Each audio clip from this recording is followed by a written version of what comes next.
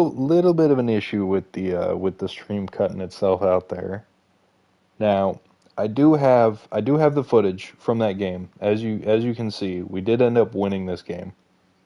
Um, great crunch time performance from Josh Giddey. Josh Giddey was getting to the rim pretty much is how that one went. Here's the final box score. Most of this that fadeaway that you see right there, and then a spin move. Josh Giddey ended up getting to the rim, iced this one out. He was super active in this crunch time bit here. Sabonis had one crazy little missed layup, offensive rebound, put back.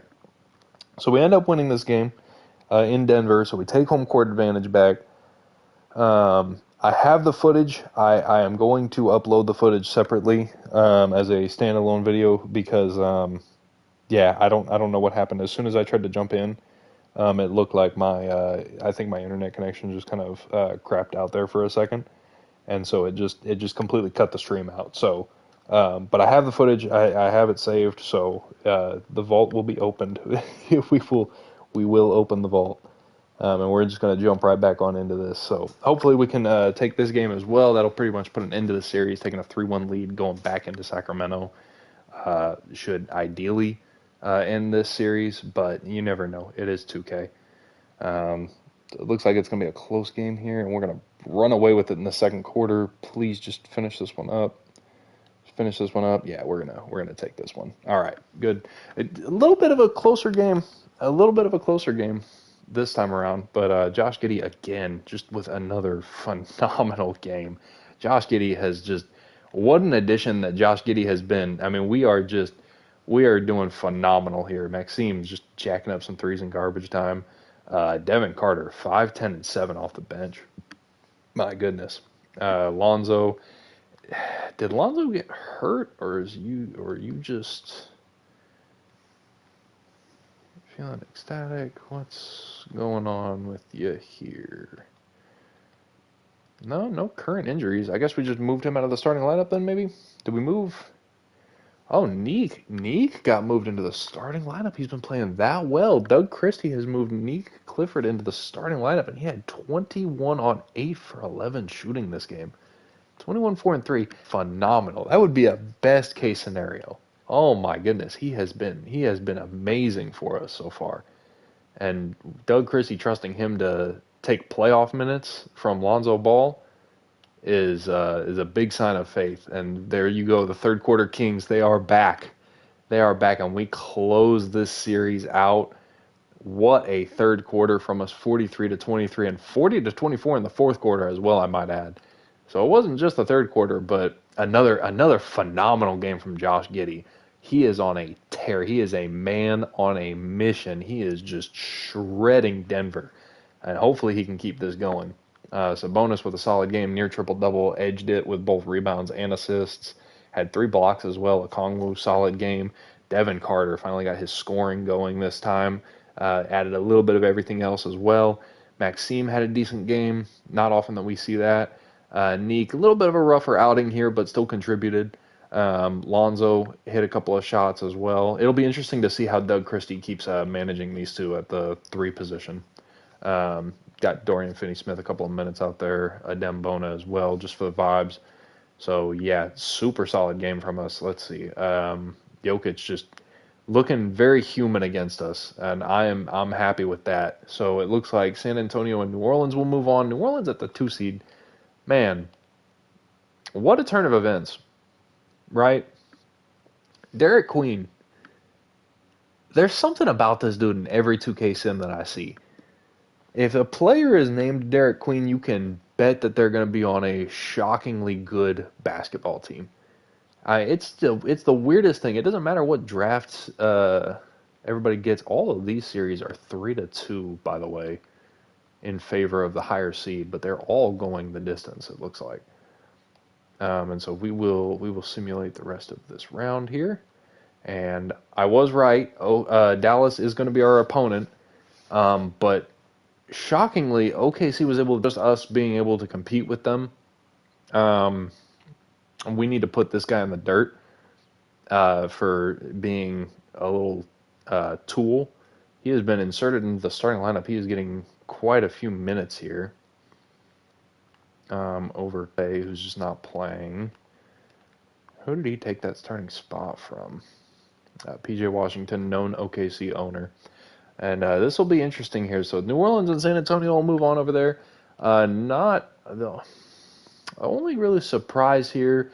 Obviously, Detroit we know is going to be a nasty team. Hopefully, Chet is himself. It's not. It's driving me insane. This is why I haven't been able to play on the rec because my internet hasn't even let me just stream an offline game mode or anything. It's been quite irritating. So this is why I'm doing this versus just playing rec like I normally do. Miami pulls off the upset. They were down 3-2 in this series, and they come back and they win it in 7. Who does Miami even have? Hero, they got John Collins, Bam. This is such a Heat team. Goodness gracious, DeMonsta, 3 for 17. My word. Apparently your team doesn't need you. Paolo and Franz with a stinker. Bane as well. My goodness. All right. What an ass off. My gosh. A disgusting series there. All righty. Well, here we go. We are playing Dallas here in the second round. I'm going to simcast through these games again. Get to it. And I would really like nothing more than to get out of the second round this year. But more importantly against this Dallas team, mostly because they have Keon on their team, and it looks like we're going to drop game 1 at home, and what a rough fourth quarter for us. Not a great start. Not a great start. We're going to keep it moving here. Come on, boys. Come on, boys. Just close games. And we are right there with them.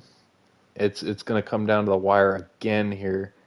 It looks like we're going to slow this down just a little bit. And it's going to be close. We are going to jump in a little bit earlier every time until Coach of the Year, Doug Christie, figures out how to not burn all of his timeouts before the 2-minute mark left in the game. And let's see here. First, let me confirm that the camera is there, switch off the team, and then go back into the camera. And do we have timeouts? We have 2 timeouts, and Jason Kidd has actually burned all of his. Neek, you got to inbound the ball. There you go. We're going to get it to Sabonis. He's got a little bit of a mismatch here with P.J. Washington on him. Devin Carter for 3 rattles it in to give us some breathing room. A 6-point lead with 2.5 to go. That's a big shot from Devin Carter. I like that. We got Neek Clifford guarding Cooper Flagg. Draft mates. Who's gonna come out on top in this matchup? It's probably gonna be Cooper Flagg, if we're being serious. But I like the defense Neek is playing. He's making it difficult on him. Makes him pick up his dribble. He's got to reset it out to Kyrie. And this is where I'm a little concerned is Josh Giddey on Kyrie, but Kyrie doesn't really create any space. Giddey comes down with the rebound. A great defensive possession there from Neek, more specifically. Josh Giddey with a wild behind the back. Devin Carter with a floater. A little bit of an ill-advised shot there with all the traffic, but I don't hate it. Just not my favorite shot. Sabonis on Flagg here. Normally this is a matchup that favors Flagg, but Josh Giddey with some great help, and Sabonis just whiffs on the rebound, and Kyrie is wide open, and Kyrie hits the 3 with 1:44 to go to cut it to a 3-point lead. Sabonis just whiffed on the rebound. Giddey tipped it away from Flagg, and Sabonis just misses it. I'm not sure. I'm just not sure what was going on in Sabonis's head right there. My goodness, that is an unfortunate blunder that you cannot afford to have this late in the game from Sabonis, from your best player.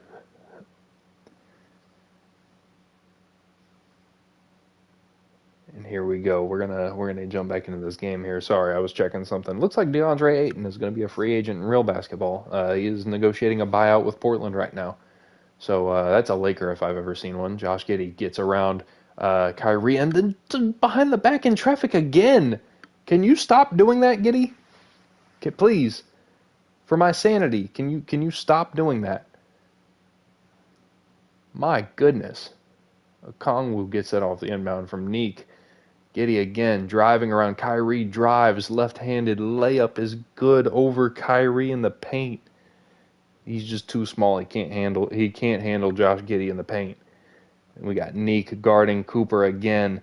Cooper pump fakes, lefty hook. Neek has him in a box. Neek has Cooper flag in a box.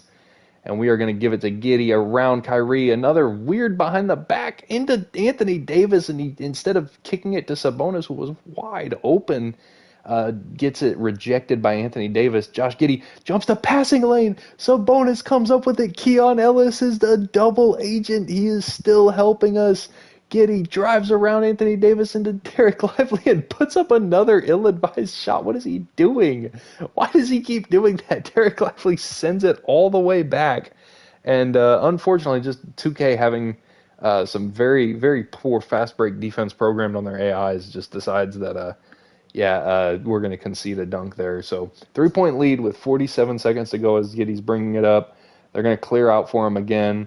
He's going to hezzy, spin off of Kyrie. And terrible spacing from Okongwu, but Josh Giddey does not care. An and one spins off of Kyrie, right-handed, kind of a running hook shot, flexing on Derek Lively in the paint. A huge and one here to give us at least a 5-point lead. He's not the greatest free throw shooter, so we'll see. And he does put this one in, so it's going to be a 6-point lead with 41 seconds to go in this one. If we can take this game too, that'd be huge. That'd be a great bounce back. Same deal against Denver. We just dropped game one and then just gentlemen swept them after that. And Neek gets hit with a tough screen there, but he's still there. He is forced to foul. Cooper flag here with 28 seconds to go. This one should be over, but you never know. Inbounding is the hardest thing to do in 2K. Cooper flag is just simply not ready for the moment, ladies and gentlemen. Cooper flag is just not ready. Only cuts it to 5 there. Goes 1 for 2 from the line. We're going to get it inbounded here to Josh Giddey. Bunk is going to pass up on that free throw and give it to Josh Giddey. Interesting call there. I would rather have Monk at the line personally, but Josh Giddey, go ahead and feel free to prove me wrong here. Hits his first. There we go. And the second free throw is good. Rattles it in. So we are up to a 7-point lead. It's going to take a miracle from them here. They keep letting Cooper flag bring the ball up. I would be giving it to Kyrie, better 3-point shooter, better shot creator, worse defender on him. But hey, if they want to keep attacking Neek, Clifford, be my guest. And this game is over. 14 seconds left. They are going to dribble out the clock, and there we go. Another big playoff win when we're jumping in here, and it's the Josh Giddey show. And this has really become Josh Giddey's team. The beam is lit. You are right. Yeah, the beam is lit. We have taken a game from the Keon Ellis. I don't have a way to censor that live. Sorry, but the the Cooper flag Mavericks. So we split the home games. San Antonio has taken both of the home games away from New Orleans. I guess so. Yeah. Hey, Australian Michael Jordan. He is a man on a mission. Let me do this. Let me pull this up real quick. That was a much better game from Sabonis. But I want to see what he is averaging so far in the playoffs. He is averaging 31, 7, and 7 with a steal on 57.5% from the field and 43% from 3. He is on a warpath so far. What a playoff run so far from him. My goodness. Monk, his numbers are a little... The counting stats are a little down. The assists are way up, but my goodness, his efficiency is through the roof right now. He's being asked to do so much less, and he's just thriving in that more off-ball playmaking role. My goodness, these are insane efficiency numbers here. Lonzo shooting 45% from 3, but 41% from the field. His inside the arc game is just non-existent, but that's fine. I don't really particularly care. Neek is having a real breakout playoff appearance here. With shooting 47% from the field, 50% from 3, with 12, 7, and 3 a game. Just really the whole team here is just thriving. I mean, yeah, everyone's numbers are up except for Sabonis's. from the regular season to the postseason. Even Maxime's getting in on a little bit of the action here. Okongwu is shooting 44% from three so far. His rebounding has been super integral for us. Yeah, we are just, as a team, we are just coming together, and hopefully this playoff run just keeps on trucking. Josh Giddey and Kyrie should be dueling right now because neither of them, they should both be baby food to each other. But so far, Josh Giddey is getting the better of it because Cooper Flagg keeps wanting to test Nick Clifford, and that's just not your best offense at the moment. And we're gonna jump into this one here with 2:38 to go. We are down one right now. But so far, it has always been in our advantage when we jump in. So you're not allowed to be mad at me here. I'm just doing this to help our team out as much as we can. It seems to be an advantage to us when we're actually playing the games versus the simulation. Kyrie is wide open. Pippen Jr. is in the game right now. Doug Christie has not blown our timeouts just yet. And Kyrie does not get that offensive rebound, thank goodness. We should call timeout here as we get it across half court, but Pippen is going a little rogue, and Devin Carter gets it in the middle of the paint. What was that spacing, 2K? I'm not sure. That was awful. Their starters aren't in either, but Devin Carter is currently on Daniel Gafford, and I don't like that matchup. Please, yes, Anthony Davis, look away from there. Kyrie on Pippen Jr., and unfortunately Kyrie creates a little bit of space for that floater there and puts them up 3. Timeout from Doug Christie here. We do have one timeout remaining. A little bit more of a likelihood to actually have our timeouts instead of just burning them for no reason, which is great news. A back cut here from Okongwu, and that is a terrible shot, but Derek Lively decides to bail us out there. Okongwu is going to get sent to the free throw line here. Not the best free throw shooter, but he's been having himself a heck of a game. He's got 25 points now after he makes that first one to cut it to 2. And the second one right at the 2-minute mark is also good. What a heck. It had a huge free throw trip there. That possession was, we were going very quick there and a little bit out of control. Kyrie has finally decided to take the reins on offense here. Josh Giddey just cannot stop him from finishing. That is a tough right-handed drive floater from Kyrie there. Sabonis is going to bring the ball up here for a change against Anthony Davis. Not sure how much of a fan I am of this. Little quick there on the give and go. Josh Giddey for 3, and that is off. That would have been a huge 3. And that is good. And Kyrie is just putting us to bed right now. The postseason experience right now is playing a factor. Just a big shot maker whenever his team needs something. Giddey stops, pump fakes a few times. He's gotten Lively switched onto him. I'd like you to take him out to the perimeter. Not a bad screen here. Malik Monk staring down his former teammate Keon Ellis. And Nick Clifford is going to jab step and hit the 3 from way downtown. Nick Clifford with a huge 3. I'm not sure why he waited for Cooper Flagg to come and contest that. But hey, whatever it takes. If you hit the shot, I can't really be too upset. Lively takes it and just barely gets around Okongwu. Kicks the ball. Can we get a delay a game there? No? Okay. Josh Giddey's going to bring it up. It's a 5-that shot against Anthony Davis, and Sabonis just a little bit of a boneheaded shot, and he is going to intentionally foul here. I really don't want to sit here and watch free throws if they foul again. I'm just going to click out and sim again. Nobody really in the mood to pressure, and they're trying to trap, and they're going to foul Derek Lively. This could get interesting. Derek Lively's not a great free throw shooter, so we'll see what happens here. He hits the first one, makes it a 6-point game, and the second one is off, so there we go. That's the big miss that we needed, but we got to get a 3 on this possession. Josh Giddey's going to bring it up here on the right side. He is posting Kyrie, and we're going to post Sabonis with 20 seconds to go in this game here on a good post defender, Derek Lively. Sabonis is pump faking, and Sabonis is going to travel there, and we are going to just sim to the end of this game because I'm sick of watching Domantas Sabonis. Yeah, thanks, Sabonis. What was that possession, 2K? I mean, we had Josh Giddey posting from 40 feet. We had Sabonis posting. I'm not sure why we didn't just have everybody level out and let Josh Giddey go to work like he had for every other time that we had simmed.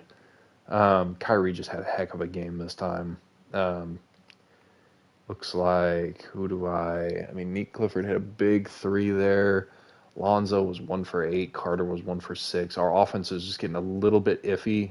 What a game from Okongwu. Really hard to be mad at him, you know. Sabonis is just not where we need him to be right now. A tough matchup with Anthony Davis, but man, 8, 9, and 6 is not going to cut it from the only guy who's getting paid more than $40 million a year on the roster. So not a great spot to be in. Down 2-1. We got to play another game in Dallas, and let's see. Hopefully, we can make this a competitive series here.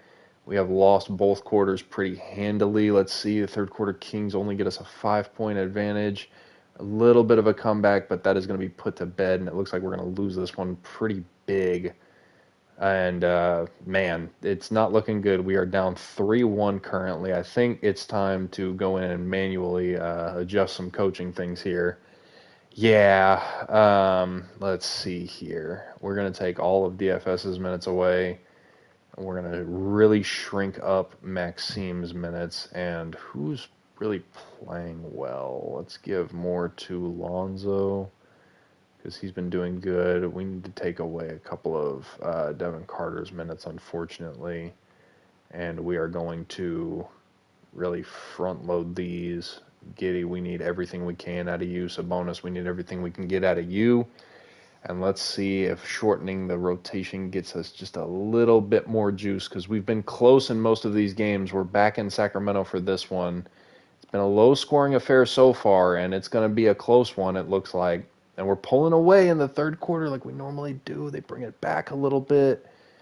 Looks like the second quarter was really the big separation there. And this one is, let's slow this down a little bit. It looks like it's a 5-point game, and they just hit something. So let's take a look here. It's a 3-point game with 45 seconds left to go. We do have the ball, but let's take a look. Let's make sure that we can watch this one. This is win or go home. So this is a big game right here. We've got to take this one. Get it into Josh Giddey. He's got Kyrie on him. He's driving right where there's all that defense. Does a spin move into Anthony Davis. He's been a little out of control a couple of times here in this series. Josh Giddey is on Kyrie, and Kyrie hits a floater from the post over the 6'8" Josh Giddey. Gets it into Carter, gives it right to Giddey. Giddey is going to go around Kyrie here. Hezzy, layup, and that's a tough finish there. Gives us a 3-point lead with 23 seconds. And the Dallas Mavericks are going to call timeout. Doug Christie is saving his timeouts for Game 6 so that they can get a little bit of extra rest for the starters when they need it.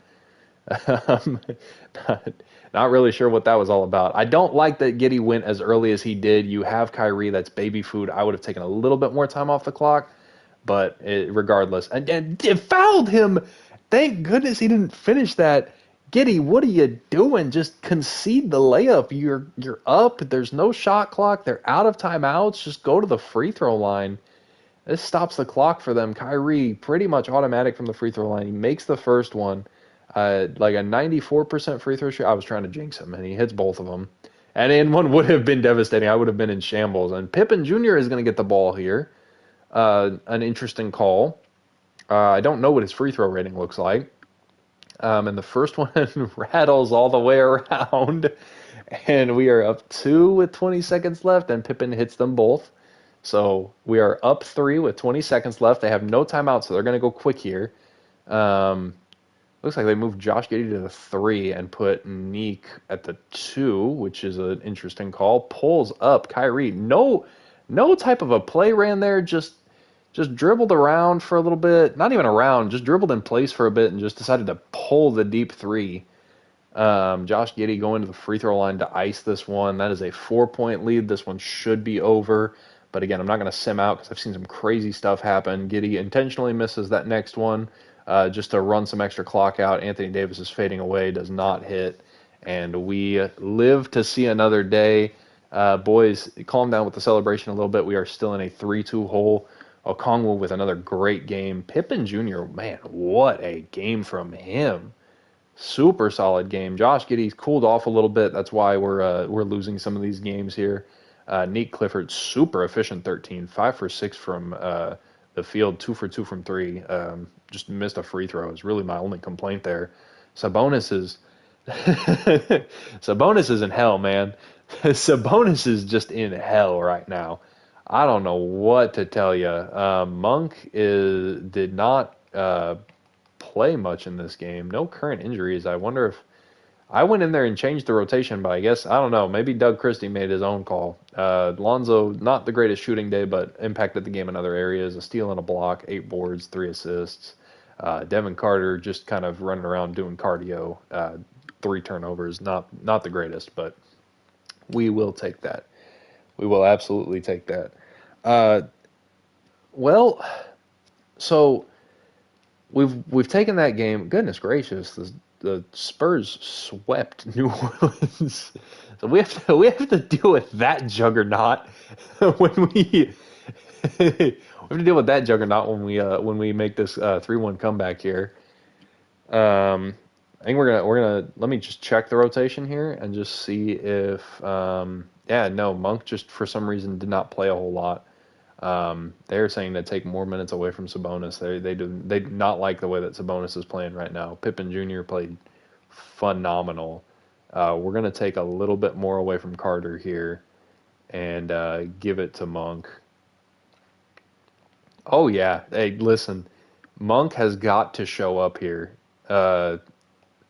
I don't like that he was pretty much a non-factor in that game. He only played 18 minutes, I think, something like that. Here we go. A close game from the jump. This one's in Dallas. No, Fox is in Atlanta. Fox is in Atlanta. Fox went to San Antonio for 1 year. They were terrible. They finished 13th in the West, and he bounced and went to Atlanta. Atlanta lost Trae Young to Washington. Trae Young went to Washington. Yeah, a little bit of a point guard carousel. And the third quarter, Kings getting started early here. We've got a little bit of a lead. We actually lose the lead here. And we're going to slow the simulation down just a bit, just in case. And it's a back and forth game right now. It's a back and forth game. We're going to make sure that the teams haven't used their timeouts and can get the starters in. We want to see good, ethical, entertaining hoops.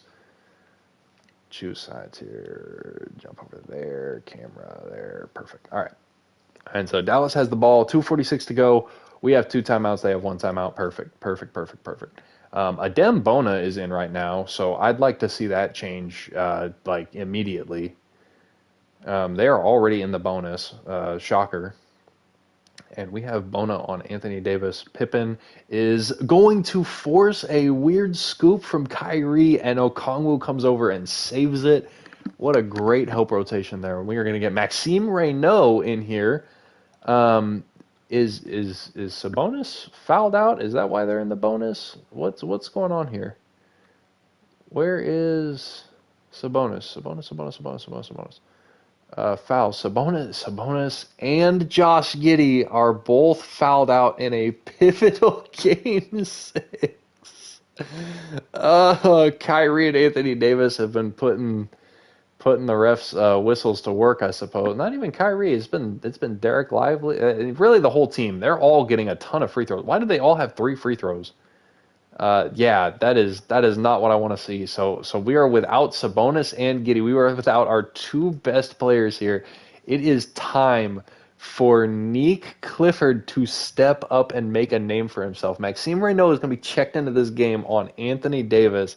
Let's see if these young bulls have improved as much as we've been hoping. We are nursing a 3-point lead. We have got to keep it here. Kyrie, a tough layup over Pippen. Maxime and Okongwu both just kind of watched him take that one. Nick Clifford is bringing the ball up here. He's been going at Cooper Flag all series. This has been super entertaining to watch. And he's driving in, dumps it down to Okongwu. Okongwu is deep in the paint. We do get it out. Pippen's going to jab here, take the screen from Maxime. He's going to drive around a little wide. Anthony Davis gambles on the steal. Maxime is going to try to go up. It doesn't get it off. Puts it up again. No shot clock violation. Kills a little bit more time at least, but no finish there. Just a little bit of an awkward paint possession there. Monk is guarding Hardy here, and we've got Pippen on Kyrie. Kyrie explodes, and that's going to be a blow by. And I have never seen Kyrie jump like that except for on a wide open lob from Luka. That is their first lead of the night. Super unfortunate here that we are playing without Josh Giddey and Domantas Sabonis. And Pippen is trying to drive around, can't quite get around Kyrie, but lays it up and puts it in to give us a 1-point lead with 1:34 to go. Scottie Pippen is stepping up. Super efficient night from him. 71% from the field. Those are only his 11th and 12th points of the night. And Kyrie does not get it up over Okongwu. Okongwu turns him away, sends it back. They do get it back here. Kyrie is isolating on Pippen.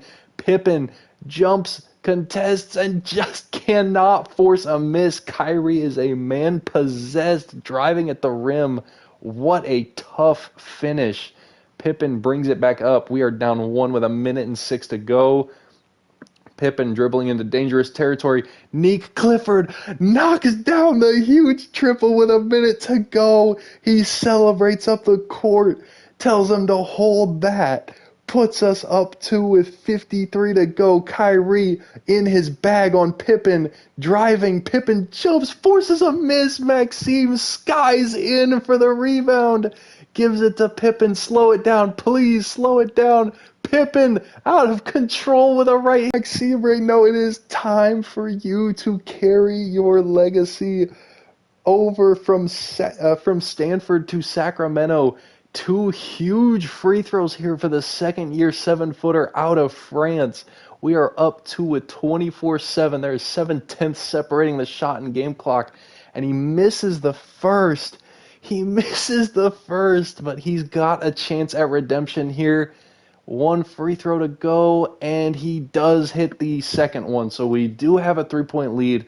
Worst case scenario, all that happens here is they hit a 3 and they tie it and we go into overtime. We are down 3-2. We were down 3-1. We won game 5. This is game 6 here. There's 24.7 to go. Let's see. Do they hold for the last shot? Kyrie has been getting to the rim at will, so they may go quick here. They are out of timeouts, though, and Daniel Gafford is just sprinting to the rim unchecked. What is Okongwu doing? I don't know what is going on, but that is a horrible lapse. Allows them to get a bucket off in 3 seconds here. Monk is going to get it. Anthony Davis will foul. That's 4 on Davis, so he's in no danger of fouling out here just yet. But we are up 1. These are driving into traffic. Maxime Raynaud turns it down. Maxime Raynaud. Oh, well, this is terrible. Oh, my goodness, I'm pausing the game. I just got the notification. Terrible, terrible, terrible. My connection is too bad. It's only broadcasting the audio. You didn't see it. But Kyrie spun off of Pippen Jr., drove left, and Maxime Raynaud blocked it. Blocked the layup at the rim, got the rebound, got it to Pippen Jr., and Pippen Jr. is going to shoot free throws. I've got it paused right now. I'm going to wait to see if my connection wants to cooperate with us here. Give me just a moment. Let me try checking something. I'm going to run out here to my router here real quick. Give me just a moment. I'll be back in a minute.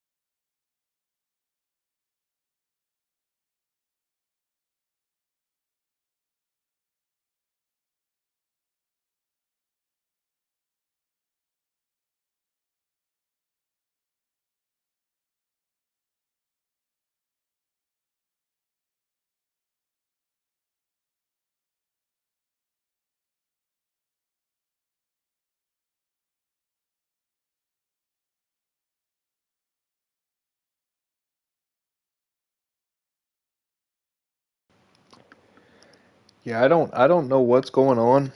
I've checked on a couple of things. There shouldn't be anything that's affecting my connection speed right now. I don't know what's going on. My upload speed is showing fine. My download speed is showing fine. I'm getting like 250 right now, so it doesn't make any sense as to why it's telling me that my connection quality is bad. Um, so I don't know what's happening right now. I really don't. Um, it's unfortunate because it was fine last night. I didn't have any problems last night, but I've had problem after problem tonight. Um, I don't know if they're doing some kind of like weird construction or something that's just messing with it, or I don't know. Um, I've got the replay pulled up so that we can actually see the Kyrie layup get blocked by Maxime here, but I may just end up having to screen record this one and clip that one as well. Gonna have plenty to keep myself occupied with. plenty of plenty of footage here. It was crazy watching it live. I'm not gonna have nearly the same energy as I did watching it live, but Kyrie kind of drives left here, spins back right, gets Pippen Jr. completely off of him, drives. Maxime bodies him up a little bit, tries to right hand float it, and Maxime just gets enough of it, keeps it off the rim, hands it off to Pippen Jr. And yeah, what a heck of a play there by Maxime Raynaud. I've got the replay pulled up here. I'm waiting for this notification to go away saying that I've got poor connection quality because I really don't know what could be causing that right now.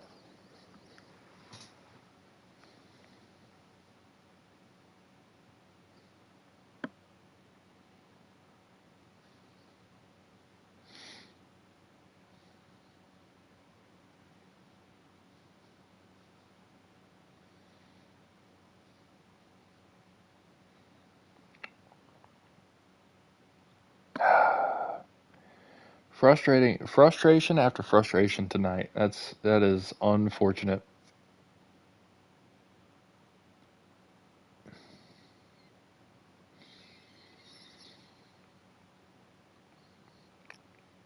But hey, at least I'm getting top 400 today in karma. Woo! Shout out to the Real Sports app, man. Super inspirational. It's still giving me this notification.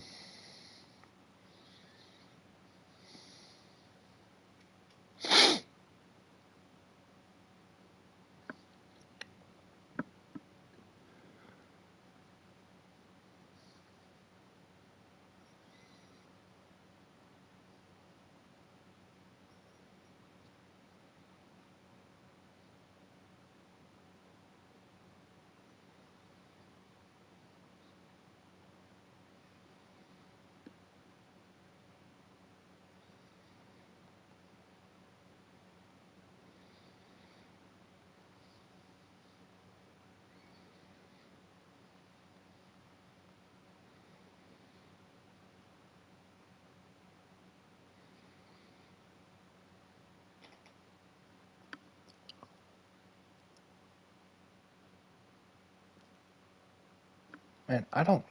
What is going on?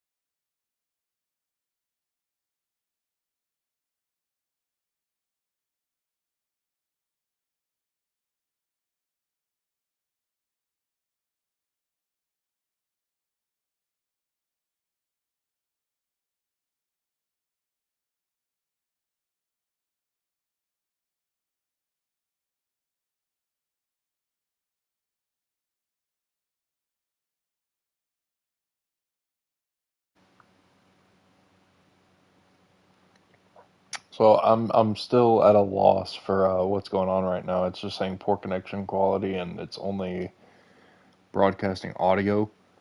I have the replay pulled up of this Kyrie drive that Maxime rejects at the rim, but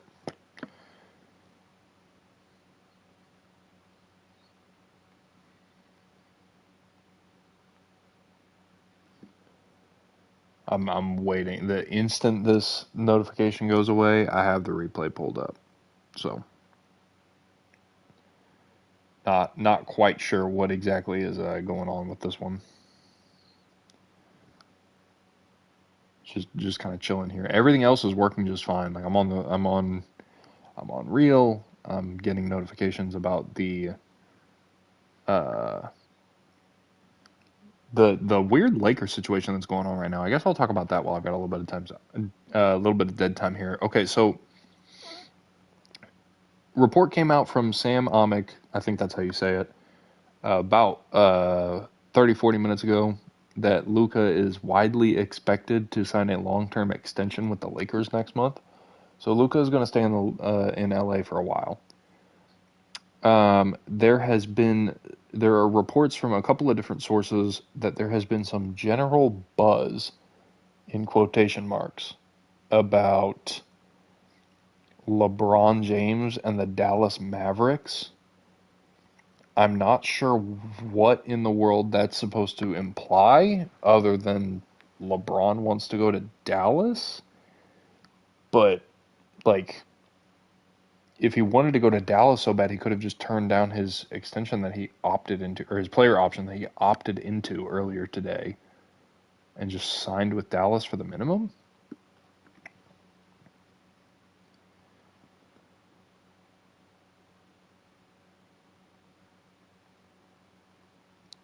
Because so there are concerns that LeBron has with the Lakers roster right now, which I get. It's not the best. There's not a whole lot of help. It's really just Luka, Reeves, and LeBron, and Rui is kind of serviceable. We don't have much else. I get that. The problem is you just opted into a $52.6 million option. Do you know what the Lakers could do with $52.6 million right now? DeAndre Ayton just got bought out. DeAndre Ayton is available. He is a solid, more than serviceable center. He has been to the finals before on a run with a player who plays very similar to Luka in terms of having the ball in his hands a lot. He's mobile.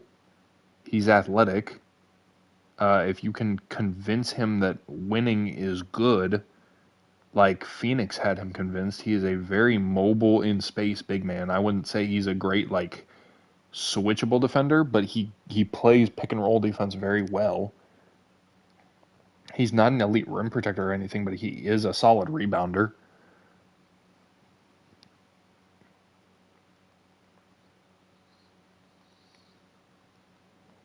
Plus, I mean, he would take what, the mid-level exception? I really don't think that would be too terribly difficult to negotiate with him. I think he'd take. I think he'd be. I think you're fine with him at $10 million a year, $15 million a year. If they don't have to pay you $52 million, and you just take a veteran minimum, I mean, like, come on, dude.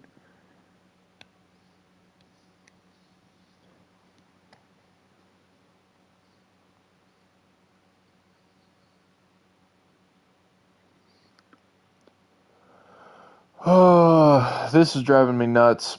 And I'm starting to get worried that it's not going to go away until I end the broadcast and then I start another new broadcast, which I'm tired, boss. I'm tired of doing that, boss. I'm very tired of doing this, boss.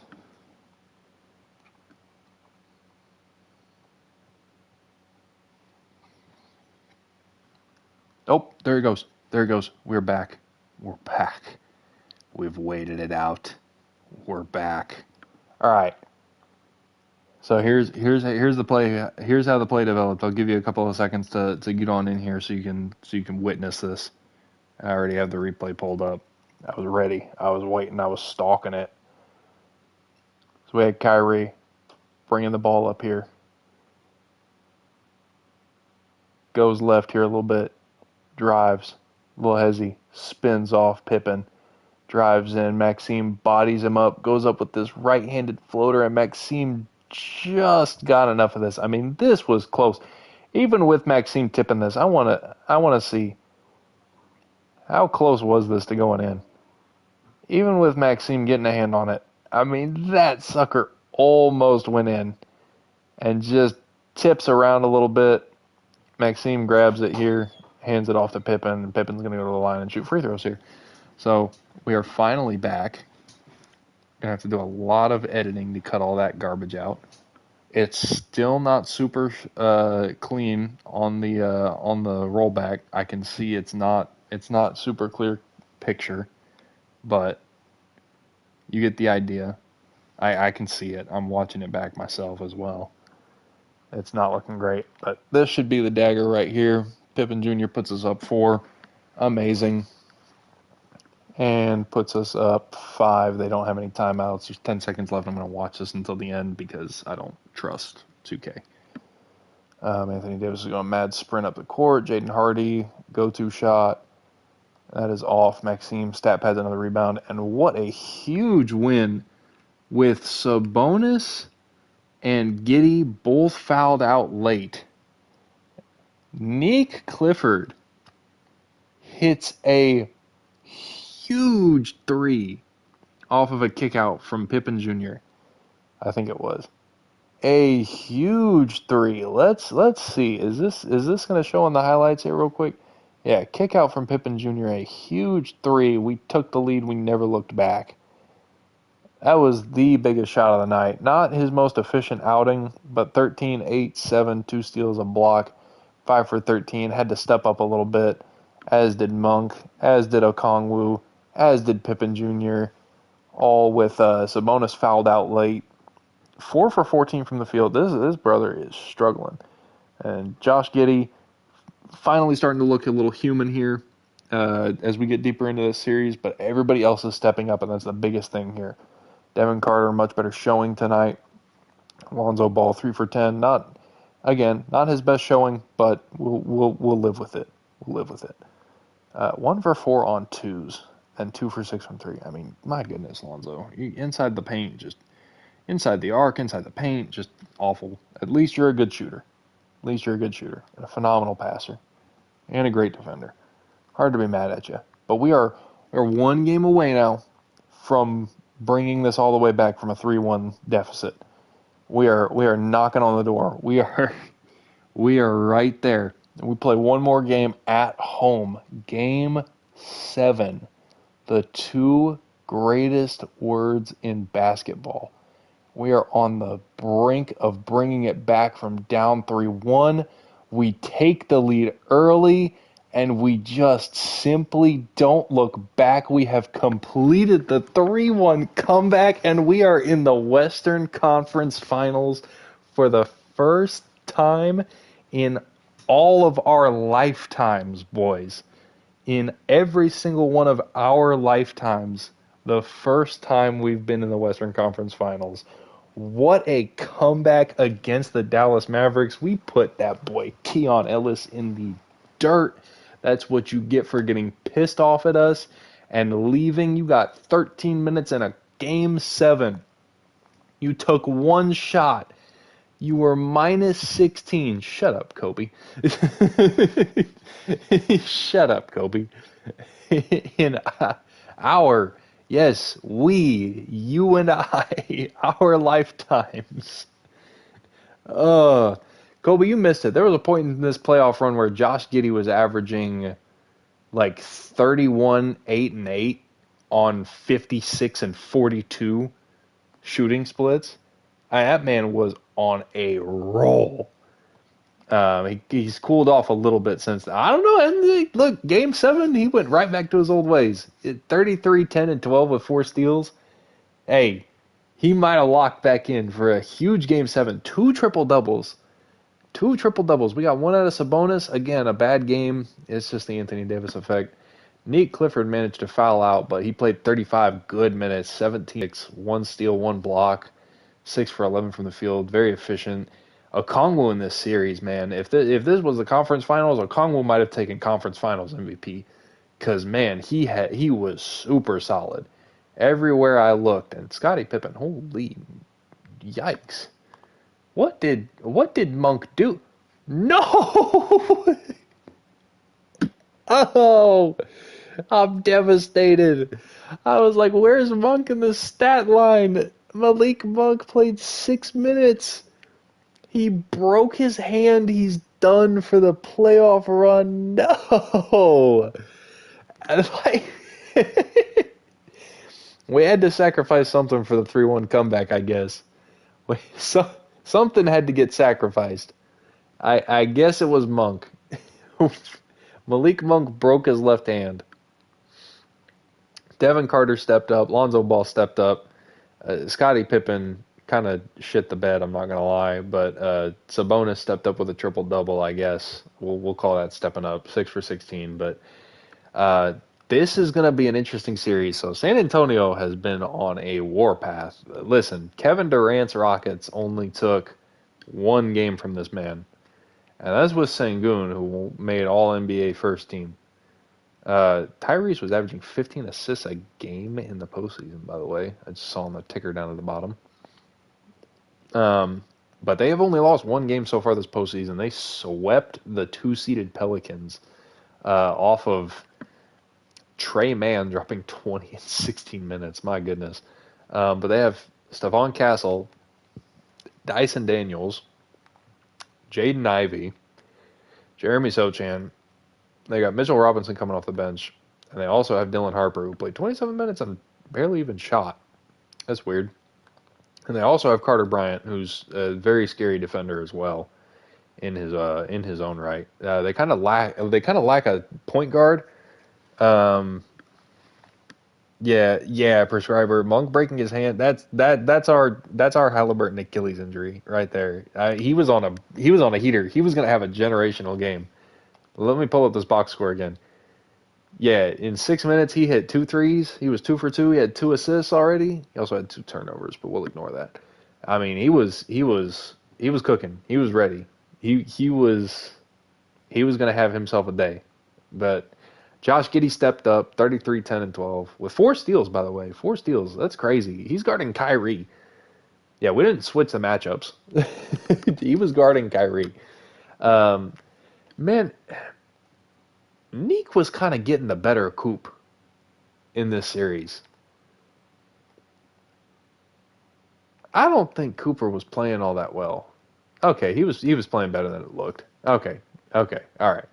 I wasn't paying super close attention. 38 and 12, my goodness. Yeah, that was the last time they won a game, and then everywhere else, yeah. But Neek had himself a heck of a series. Neek was a huge part of us being able to win. He was super efficient, not the most aggressive, but just does a little bit of everything too. So he's really blossomed into his own here. And it looks like Detroit swept. Detroit is a scary team, bro. Detroit has Chet, Duren, Sasser, I guess, Asar Thompson, and where did Cade go? Where is Cade Cunningham? Is Cade Cunningham hurt? They had Cade Cunningham, I swear. Have they just been this good without Cade? What is going on? Hold on a second. Have they been playing this entire postseason with? Oh yeah. Cade tore his Achilles. Cade ruptured his Achilles. They have been tearing through people without Cade Cunningham. Bro, he's due back in a week or two. He's gonna be back for the finals. No, what in the world? He's gonna come back like in the middle of the series. Cade Cunningham's gonna come back and win them a ring, bro. That's crazy because they swept the defending champion Cleveland Cavaliers. I know Cavs lost Chris Paul, but yeah, wow, man. All right. Anyways, back to our team. Back to our team because that's what really matters here. Let's see how this goes. I'm excited, but I'm terrified. You know, like I got an anxious feeling in my stomach. You know, we came back from a 3-1 deficit. Yeah, we really did. They blew a 3-1 lead in the second round. That is crazy. And we're gonna slow this one down a little bit. They got free throws. They got another layup. We hit one free throw. All right, we're gonna jump in here. Both teams are struggling to score. I'm terrified of Wemby in actual simulation, bro. That's my only fear here. Is I feel like this is going to go very poorly for us in actual simulation because Wemby is just such a freak. They don't have Wemby in right now. Both teams have one timeout. Castle's nursing a small injury. He's able to play through it without very many effects, but what a weird lineup. Crazy moving screen. Jaden Ivey for three, and boy, haven't we seen a Jaden Ivey big shot, fellow Kings fans? Yeah, Jaden Ivey, just censor that, please. My gosh. Lonzo chucks it down to Sabonis. Sabonis does nothing with it, plays hot potato, doesn't even want the ball. And what a slip from Maxime. What a great play. Good slip to the rim. Cut the lead to 4. Good pass from Okongwu, too. Good decision. This is a crazy lineup that we have out here. We have Lonzo Ball running with Dorian Finney-Smith, Sabonis, Maxime, and Okongwu. Maxime is currently our 3 right here. What a weird lineup, and Okongwu just gives up a layup to Mitchell Robinson. What are we doing? Why is this the lineup that we're choosing to go with late in game? Sabonis over Sochan, and Sochan gets a contest on that somehow. Not a great look here. Maxime sends that back. Good defense. Good defense. We're still down 6. There's a minute to go in this one. Lonzo gives it to Sabonis. Sabonis is basically running the 2 guard for us right now. What a weird lineup. Sabonis just takes it up and brings it all the way back down with him, gets fouled. He's going to be going to the free throw line here. Hopefully we can get an actual basketball lineup in here, Doug Christie. Please. Yes, there we go. All right. Good basketball players are in. Sabonis misses the second. We cut it to a 5-point game. Dylan Harper driving. Josh Giddey blocks it. Doesn't get the rebound back. Sabonis smacks it out of bounds. Why did we not grab that rebound, Giddey? Why did we not grab that rebound? No points given up, but man, that rebound would have been huge for us. We could have gotten something in transition. Frustrating. All right, into Sochan. Kicks it to Harper. Harper's in the post. Kicks it out to Vassell. Trying to get around Nick Clifford. He's not going anywhere. Needs a screen. And Sabonis is going to intentionally foul with 6 seconds on the shot clock. And that's his 6th foul. He had 7 points this game. And now we're not fouling. We're trying to trap. Vassell's wide open. Vassell chokes a wide open 3. I don't know what's going on, but yeah, basketball. Josh Giddey, close shot, pull up. Good shot. 6 seconds. We still have our timeout. Hopefully they take something quick. Josh Giddey, you can't stand in front of your man. Dylan Harper falls into the trap, and we can't get the rebound. Pippen can't get it, but it's okay. It still creates a difference between the shot and game clock. This is okay. This is not the end of the world. Dylan Harper is an idiot, and Dyson Daniels puts it up, but Mitch Robinson gets the offensive rebound again. He's a monster. Now we're getting Mitchell Robinson. This is how the Pacers felt. Mitchell Robinson at the free throw line.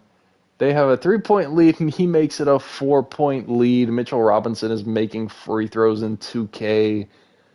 And the second one is way off. Immediate timeout. Great timing on that, Doug Christie. We are down 4. It's not impossible, but my goodness, am I pissed off at Mitchell Robinson right now. Of course, this fake... Oh, Josh Giddey in the corner, and it's off. It's just off. Oh, Josh Giddey, the legacy run. Almost. Another quick foul. Sochan hits the first one. This game is more than likely over. We're out of timeouts. It's going to take us 6 seconds to walk it up and just get a look off. Giddey's going to run it up, post up Dylan Harper for some reason. Pippen puts it up over Dyson Daniels. That is off. And the Spurs take game 1 from us. What a disappointing outcome to that. That is just sickening. Sabonis, man. Domantas Sabonis. I don't know what to tell you. You're minus 15 on the court. You're playing horrible. We're going to have some conversations, even unless we pull a ring out. We're going to have some conversations about Domantas Sabonis. I mean, just failing to get rebounds in the clutch. Devin Carter played 23 minutes and had 6 turnovers. What are you doing, bud? You too. You as well. Like, what are these turnover numbers? What is 7, 6, and 5 from a guy we're paying $46 million a year to? Just frustrating. Just frustrating. Like another good game from Nick Clifford. Okongwu's efficiency is gonna go down. He's dealing with Wemby. We have lost every game won this far this postseason. We have lost every game won. So I am going to go into coaching here. I'm going to pull a minute from Sabonis here real quick. And man, we are missing Malik Monk right now. We are missing Malik Monk. Dang. I guess we'll give this extra big man minute to Maxime. I gotta see something more from Sabonis. I've got to see something more. Yeah, that's the French spelling prescriber. That's the French spelling of it. Gonna be a tight game again. It looks like they blow it open a little bit in the second quarter. Can we make it up? We make up a little bit of it in the third, and it is a close game. It's a 6-point game. Somebody hit a big three. Somebody hit a very big three right there. Where is the play-by-play? Game log. Okongwu makes a huge 3 timeout. Okongwu fouls. Man just missed a 3-pointer, but Wemby got the rebound. So we are going to jump in here. I just wanted to see who had the ball just for context's sake. But Okongwu just hit a 3-pointer. Let's go here. And then fix the camera as well. And here we go. So they have the ball. They have 24 seconds on the shot clock, even though Wemby just got the rebound off of that Trey Man miss. Okay, Trey Man misses another wide open 3-pointer. And we have this goofy lineup in again. Why in the world, Doug Christie? Yeah, all the starters are sprinting in. And what a terrible shot from Sabonis, like triple teamed. Wemby is freaky fast with the ball. Please have mercy on us, Victor. Oh my gosh. I can't believe he wasn't in the game to close out last game. We have Dorian Finney-Smith on Victor Wembanyama right now. Yeah, body him, Unk. Body him, Unk. And he's just too tall and can't contest that close shot. Doug Christie, what are these lineups? Why am I looking at Lonzo, Okongwu, Dorian Finney-Smith, and Maxime Raynaud and Domantas Sabonis? Why is this the lineup? Like, what are we doing? Sabonis, pump fakes. Dorian Finney-Smith did not need to cut there. Get out of the paint, Unk. What are we doing? Why is this the possession? We cannot be serious. Lonzo gets absolutely mugged by Trey Mann. My goodness. Hard playoff foul there where he just jumps on his back because he got blown by. Lonzo, 2 big free throws here. Hits the first one. Cuts it to a 4-point game. If that lineup wasn't in real life, I think there would be riots in the streets. I think Doug Christie would be getting fired. I'm still not very happy that it's happening in my basketball video game, but my goodness, like if that was in real life, there would be riots, bro. Lonzo hits both of his free throws, cuts it to a 3-point game. There's 37 seconds left. Big possession here. Okongwu, hold him in the paint, hold him in the paint, hold him in the paint. 3-second call, 3-second call. Dang it, Okongwu is just too short. We can't get a contest. Wemby is just abusing his height with this jump hook. Puts him up 5. 3-second call, ref. 3-second call. He was in there from 33 seconds onwards. Giddey inbounds it to Pippen Jr. Pippen Jr. could have pulled the shot. Doesn't want to. going back and forth, doesn't really know what he wants. Giddey trying to drive around, gets Wemby on him, tough layup attempt, and that is off. Foul, and that's his final foul. He had 26 points this game. Unless Vassell pulls off a generational choke, I think we're done here. We're down 6. There's no timeouts left. 16-point game. Yeah, we are. He hits that one. We are gonna dip on out of here. We are down 2-0. We blow both home games to San Antonio. I can't blame Sabonis this game. Pippen Jr. even had a better game. Clifford was okay. Lonzo was 1 for 3. It looks like it's just the defense here. It looks like it's just the defense. Victor just 14 for 25, just spamming jump hooks over the top of everybody, not forcing enough misses. Man, we're just not getting enough. We're just a little short. This Spurs team has been a problem. Miami is up 2-0 as well. Who does Miami even have? Hero, Khalil Ware, AJ DeBonsta, John Collins, Bobby Portis, Bam Adebayo. And Davion Mitchell, naturally, another Kings player. Man, I don't know what kind of adjustments to even make. I'm going to coach settings, maybe? No, it's game plan, rotations, injuries, points of emphasis. Where do I go to? We just need to deny Wemby the ball, is what we need to do. We just need to deny Wemby the ball.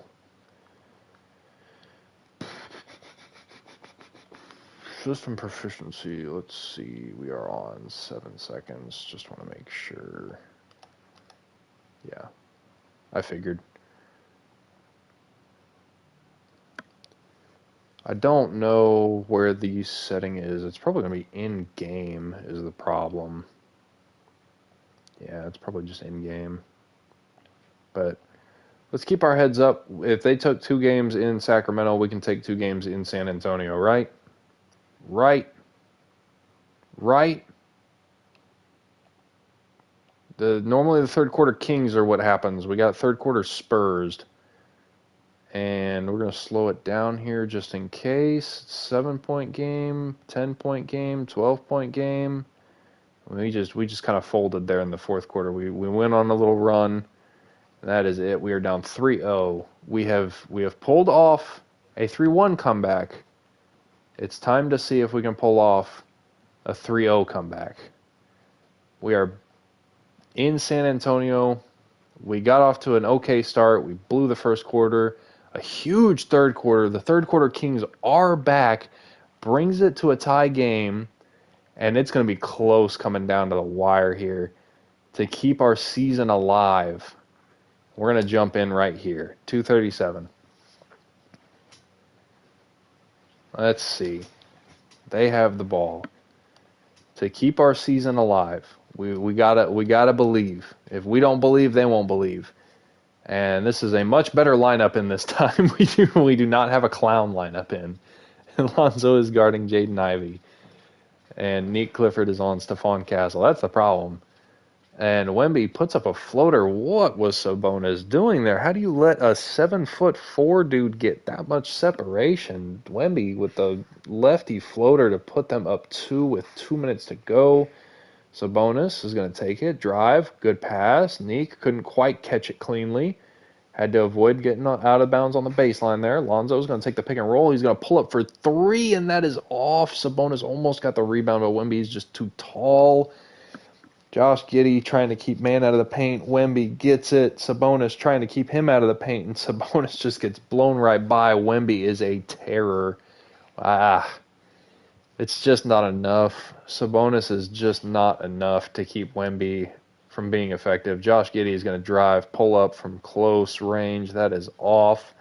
It is not looking good, boys.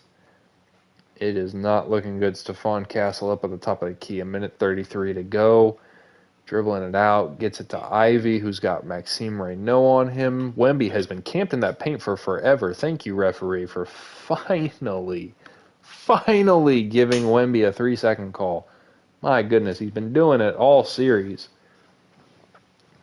Josh Giddey's going to bring it up. We are down by 4 with 1:24 to go here in the fourth quarter.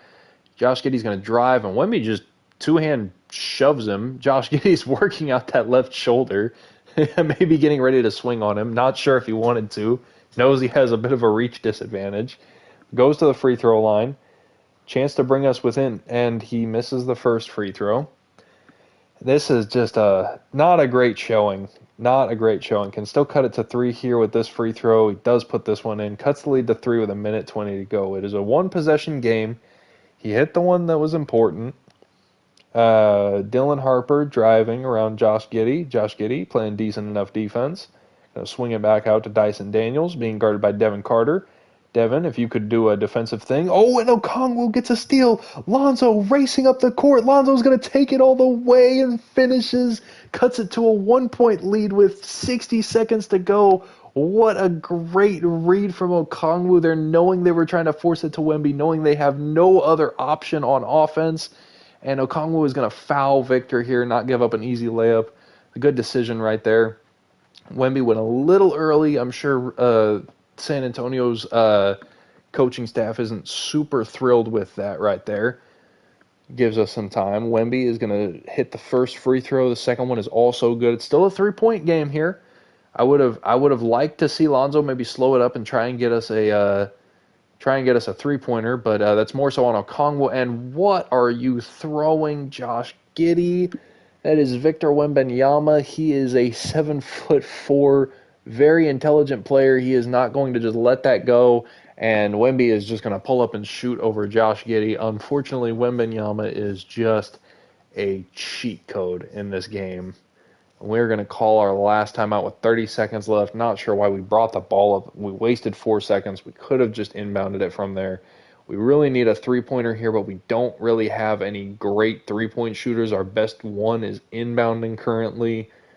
And this ball is going to go to Devin Carter in the corner. He's going to swing it to Sabonis, kick it right to Alonzo, get it right back in the post. Josh Giddey's going to drive on Dylan Harper, and a tough finish there to cut the lead to just 3 with 23 seconds to go.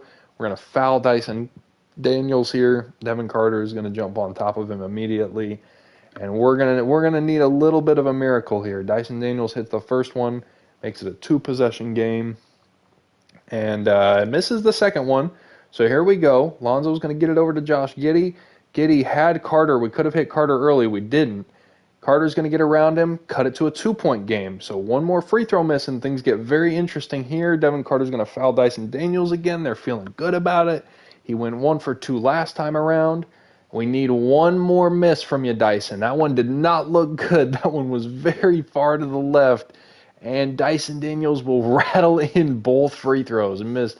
He almost missed another one. We needed one more miss out of him. Makes it a 4-point game. Sabonis is going to pull the desperation 3 over Sochan. And that is off. And that's going to be the game from us. And we are going to get swept. A very frustrating series. They were pretty close games. They were pretty close games. The unfortunate part is we don't have an answer for Wemby. Wemby is just an absolute cheat code, especially when you're actually watching the games. Bam Adebayo wins Eastern Conference Finals MVP. I guess they sweep as well. Both conference finals were sweeps. Yeah. Cade Cunningham came back, and I guess the Pistons just weren't ready for prime time. I am watching a Tyler Hero, Khalil Ware, Bam Adebayo, John Collins, Davion Mitchell, whoever this is, featuring a little bit of AJ DeBonsta team make the finals, while I have to deal with Victor Wembanyama, Dyson Daniels, Stephon Castle, Dylan Harper, Devin Vassell, Jeremy Sochan, and Mitchell Robinson, who is one of the better role players to have in 2K. I am going through a war zone. Meanwhile, the Detroit Pistons are pissing away a golden opportunity to a, let's just be frank here, terrible Miami Heat team. We're going to simulate through this, and the San Antonio Spurs are your NBA champions here. Last year it was the Cavs. This year it's the Spurs. The Spurs dynasty is here a little bit earlier. They went from the 13 seed to the NBA's champions. And Wemby, just incredible numbers here. 29, 11, 4 with 2 steals and 3 blocks on 51% and 39%. Can't think of anybody else who deserves that finals MVP. And we have gotten close. We have gotten closer. We lost to the champions this year. We lost to the team that made the finals last year in the second round. So we have gone from second round to conference finals. And now next year, I would assume that we're going to make the finals, right? It's just what makes sense. DeMar DeRozan is trying to retire. Stephen Curry on his farewell tour didn't even make the playoffs. I didn't see them. He is done. Dorian Finney-Smith is going to call it wraps here. Victor Oladipo is also going to call it wraps. I'm going to let all these guys retire. DeMar has gone down 4 overalls. He's going to go down another 4 overalls. Russell Westbrook retires, not even on a team. CJ McCollum's going to call it a wrap. A couple of others down here. Marvin Bagley is gonna retire from the NBA. Marvin Bagley, Kings legend. Hey, Darvin Ham, salute. Staff retirements, Andy Greer, Kemba Walker is going to retire from being a head coach of the Charlotte Hornets, I suppose. And Doug Christie is going to, we are not going to let Doug Christie retire. Nice try, bud. You're going to come back. You have a contract to fulfill, sir. Yeah, the Spurs are. I knew that the Spurs were going to be a problem. Gosh, I'm terrified of them. I don't really know what to do about that, because I mean the obvious answer is going to be Sabonis is the weak link. Sabonis was horrible in those last 2 rounds of the postseason, and he's getting a little bit older. We kind of need to cash out on him while we can. As much as I wanted to keep him, we're now 2 years into the future. We have good pieces. Neek is showing signs of improvement. Okongwu has been a gem of a find for Zach LaVine. What a great trade that was. And the pieces we got back for DeMar have been integral pieces. Pippen Jr. was starting games. Lonzo was starting games here and there. They've been super helpful. OKC is going to retire Russell Westbrook's number 0, and the Warriors are obviously going to retire Stephen Curry's number 30. He played every single year with the Warriors in this simulation. I'm happy. That's awesome. They were 9th in the conference, I guess. That makes sense. That makes sense. All right, the draft lottery. Let's take a look here. Anything crazy going on? I don't see any of our picks up there. We don't have anything unless a protection kicks in and we get one. The Rockets via Brooklyn are going to get the number 1 pick. We have the 29th pick. We owned our own pick this year. Okay.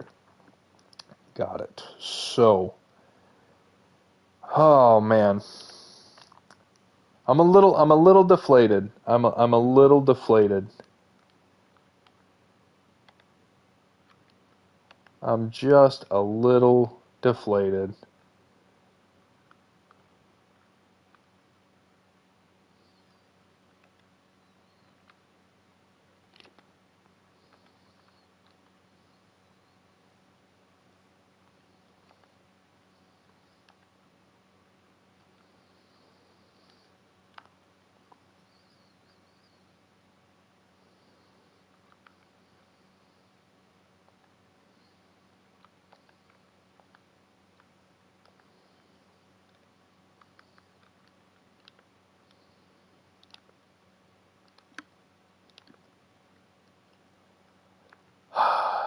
I don't.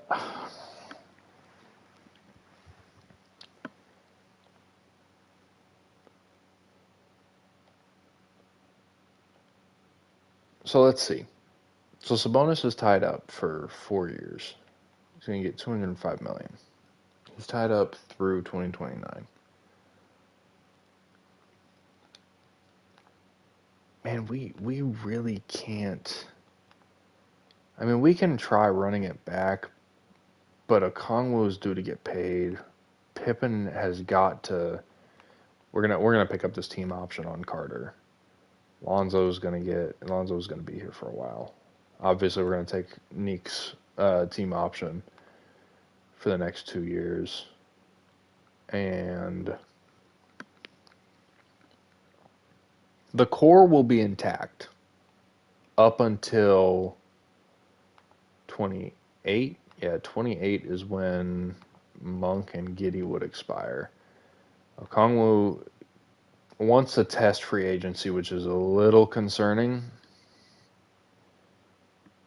That's my only fear here. But we have got to get better as far as our bigs go, mostly defensively.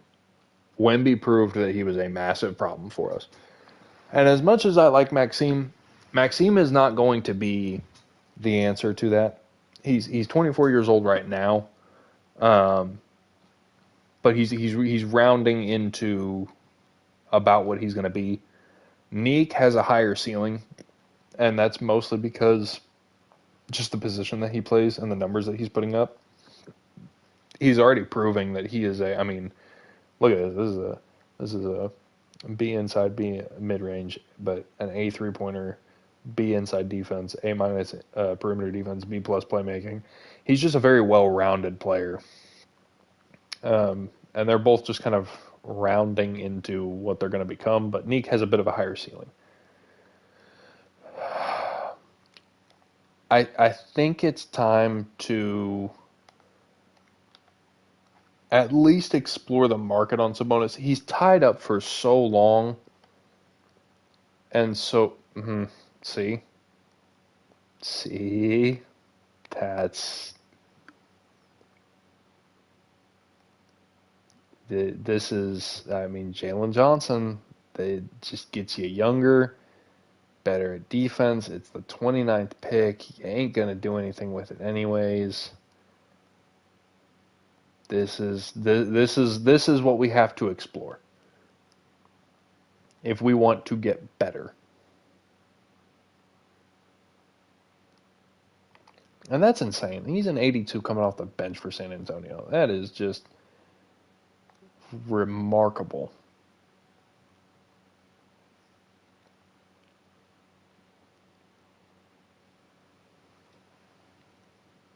Yeah, the Warriors are looking to blow it up. Do we?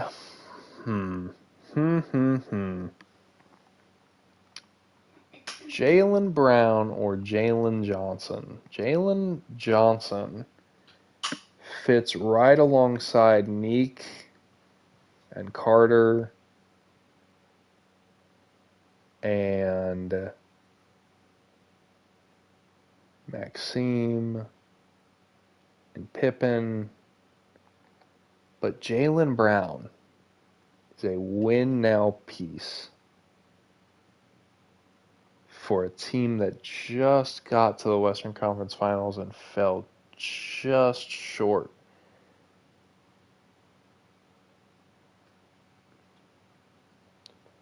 We have to do this now before player progression hits because I have a sneaking suspicion Sabonis is going to go down 1 or 2 overalls. I have a suspicion Lonzo is also going to go down. He's been on the decline just in terms of his physicals. Or do we take Jalen Johnson, who is locked up for 3 years, is getting paid significantly less money? He'd be locked up for 2 years in the future. We free up some cap space. We can add another piece. And we just give up the 29th pick in the draft. I know Neek was the 24th, but it's 2K. You're not typically finding gems like that late in the first. I think we take Jalen Johnson here.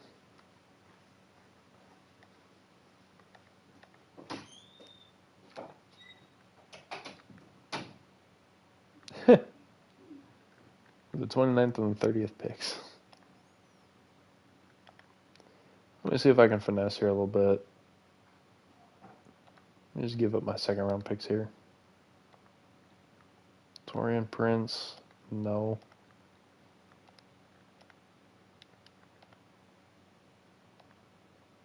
No. The whole point is I don't want to give up firsts.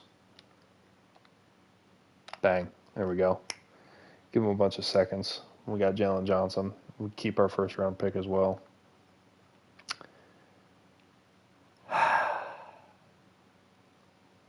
Jalen Johnson, Okongwu, we've got to keep Okongwu. That frees up the money to get Okongwu back here. Fits in the timeline of Giddey, Pippen, Carter, Clifford, Raynaud.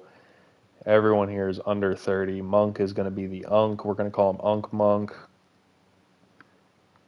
And I think that's the move to make.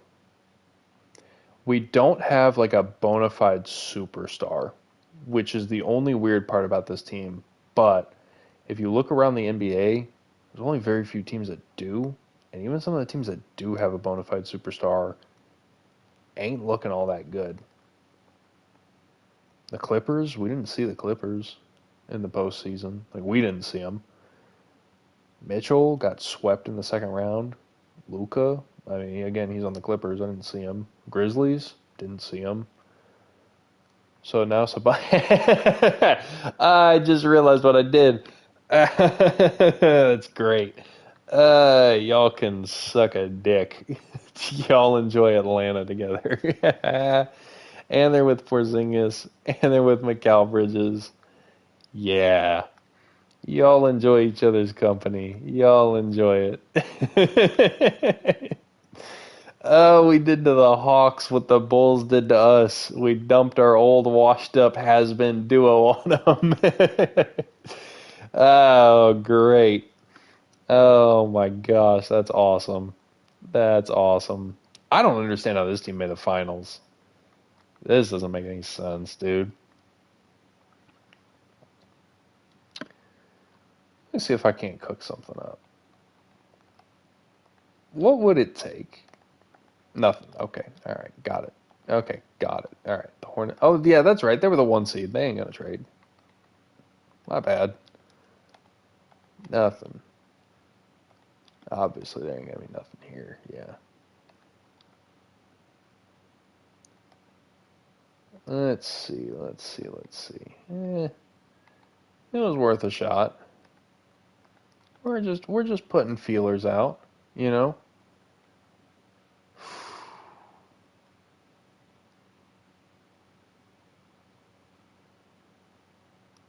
Hmm. Hmm.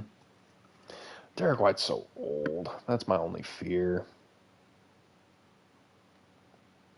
I'm gonna wait until player progression kicks in. All right, we're gonna go here. We're going to sim to the user pick, and we're going to take a look here. We did not fully scout any of these. They're all C minus and overall. This guy slipped a little bit. Let's see, starter to bench, all NBA to bench, all NBA to bench, starter, all NBA, starter, Hall of Fame ceiling.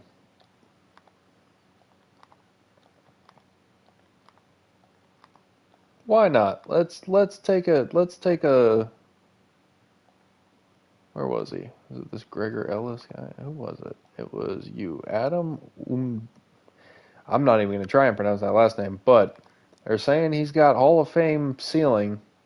Good leaper. Rarely needs help of a double team. He's a good man defender, decent handle, generate good looks. Slow to grasp new offenses, appears unaware, no medical. We might as well. I mean, we're swinging for the fences. I get it.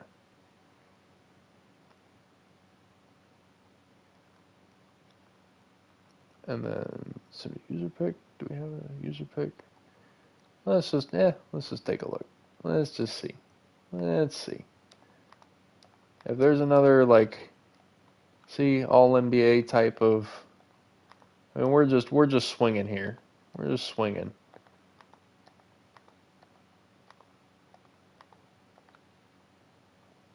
Yeah, this guy here, this Howard Warren, all NBA potential.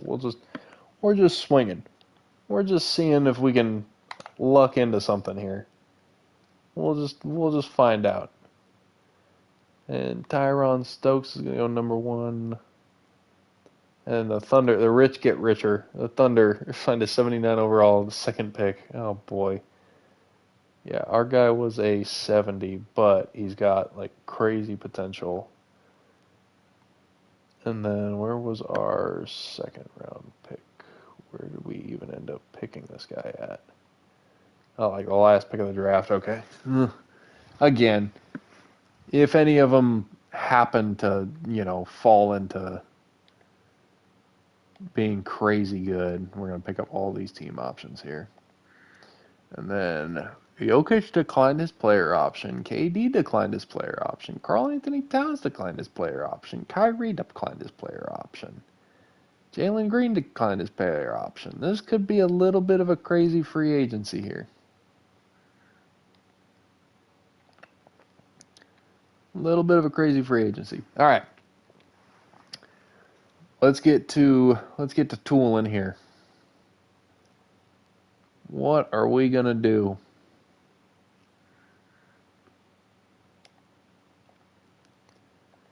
What are we going to do? How much cap space do we have? We have 13 million in cap space. Got it. Got it. Got it. Got it. The Nuggets are still his number one option. Why did the Raptors even bother pissing off Nikola Jokic by offering that contract? I don't know.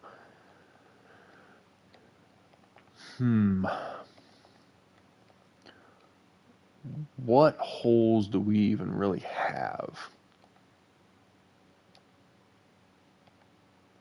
Let's take a look here. Starter backup, starter backup, stash, stash, stash. Both of these guys are shooting guards. I didn't really realize that, but whatever. Starter backup, really interchangeable there. Starter backup, starter backup. We don't really have any glaring holes. Small forward is our weakest position. If I were to trade Lonzo,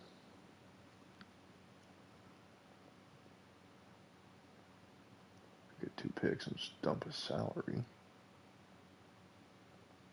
Not that there's any salary showing here for some reason.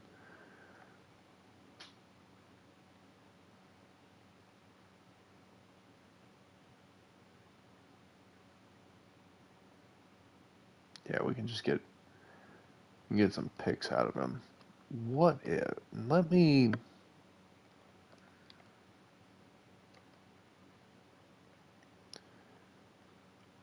just do some poking around.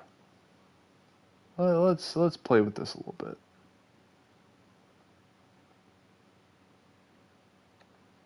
Nothing really there.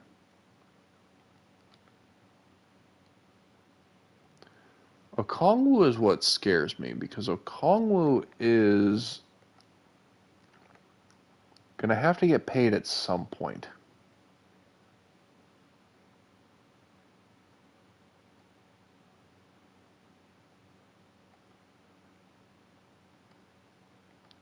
And it wouldn't really make sense for us to blow it completely up and try to, like, say, start from scratch because we just made the conference finals. So, like, we don't want to, like, blow it completely up. But Sabonis had to go. Sabonis was just too much of a liability defensively.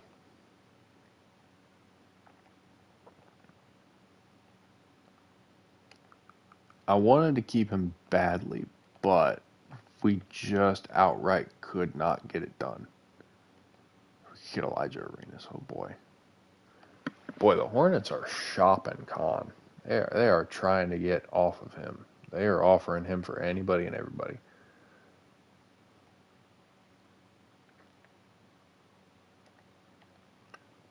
which it makes sense for them to be buyers. It absolutely does. Let's do this. Let's take a look here and see if there's any stars that would be disgruntled. Who's a good player that's wasting away? Ace Bailey is not improving. That's hilarious. I love it. I love it. Siakam, what are you doing on the Jazz? Jaren Jackson, what are y'all doing on the Jazz? How did they go 30 and 52 with the two of y'all? Well, because y'all play the same dadgum position. Move Ace Bailey to the 2 guard. Common sense. Jeez. Ja Morant's probably fine in the West. Devin Booker, Devin Booker, Devin Booker, Devin Booker. Devin Booker, Devin Booker. You are stuck in absolute no man's land.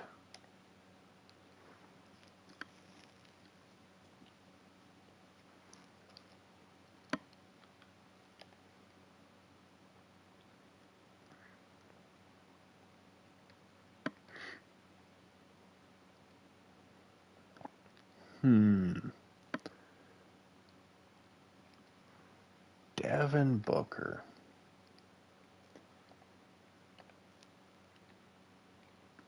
Let me cook something up here. Let me cook something up. Let's approach the Phoenix Suns with something here.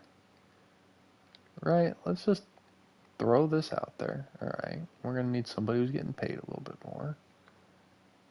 We're gonna have to include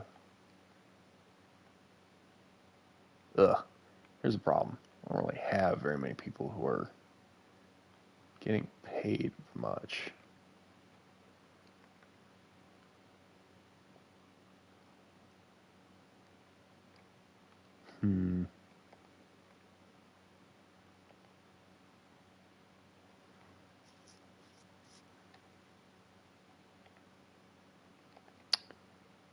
Think.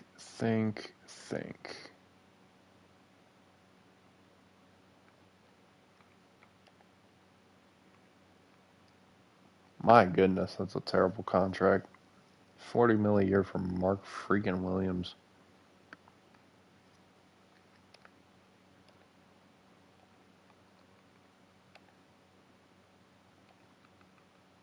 Dude, I can't make this money line up.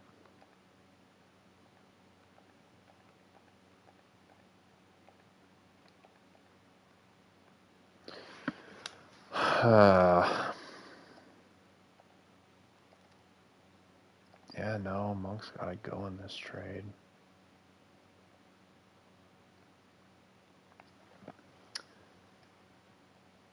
Can I take on Ryan Dunn if I include you for contract filler? Obviously, they're not going to take this, but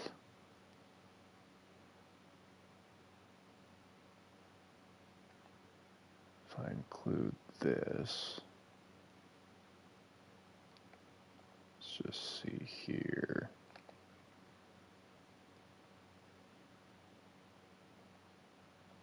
Actually, I kind of want to keep that Houston pick. I know we're going to be good.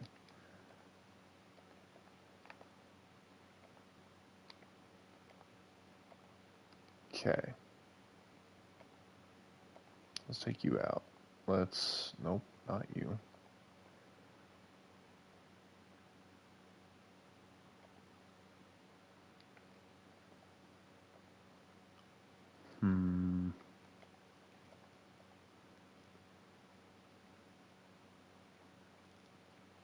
Let's just do just that. No.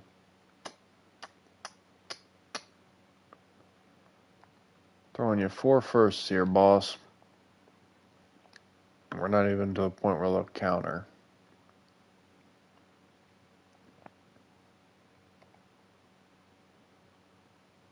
I mean, your team should absolutely be selling right now. Your team is going nowhere. You've consistently been at the bottom of the West. You don't have cap space to sign a game-changing free agent because you're paying Mark Williams $40 a year, Devin Booker $57 million a year, Grayson Allen $18 million a year, Caleb Martin $9 million a year.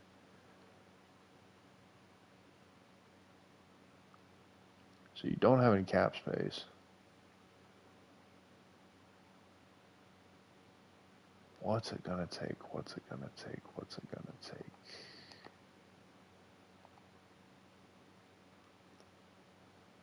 What if I threw Pippen in there?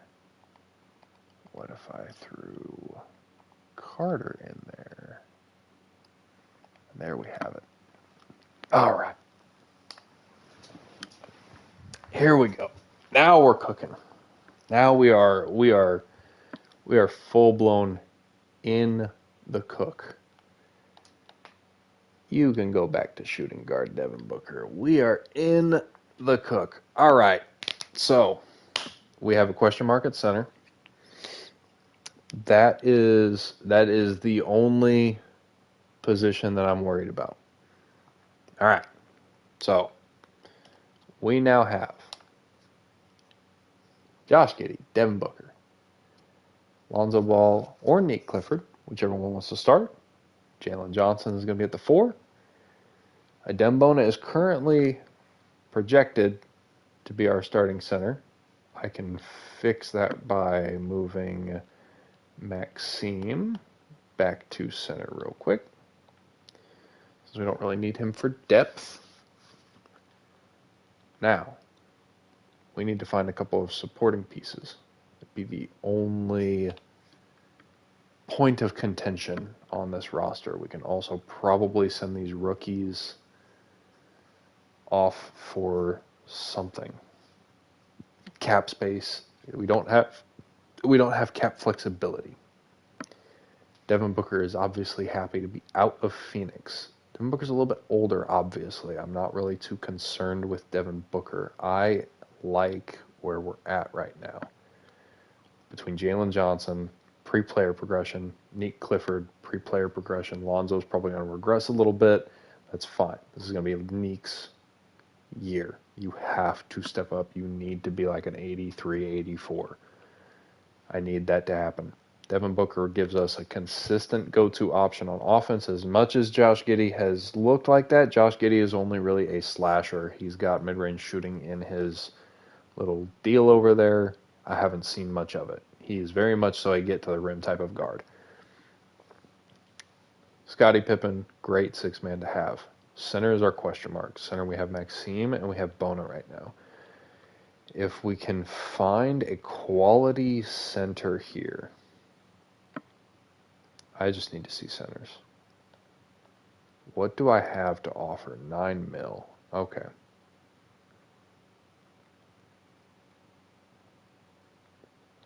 So like an Ijax wouldn't be interested. A Robert Williams would.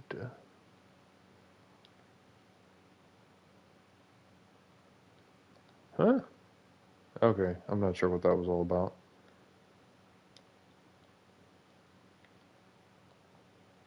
Why is okay? So for some reason, Robert Williams I can't offer him. I don't know what's going on there. Clint Capella would be a filler option. Nick Richards would be a younger filler option. He's not very tall, is he? You're like 6'9".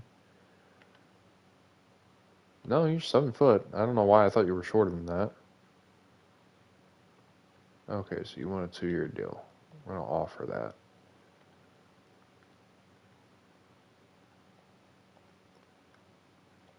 Musa is younger, so he thinks he's worth more. Goga. Not really all that interested in Goga, to be honest.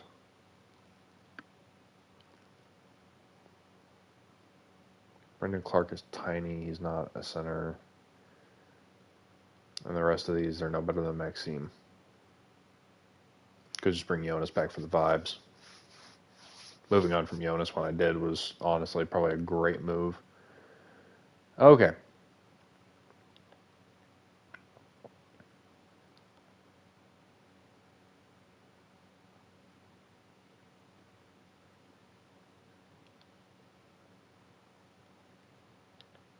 Perfect. So we can get Nick Richards. I'm gonna go through the moratorium period and just make sure. But Nick Richards, there we go.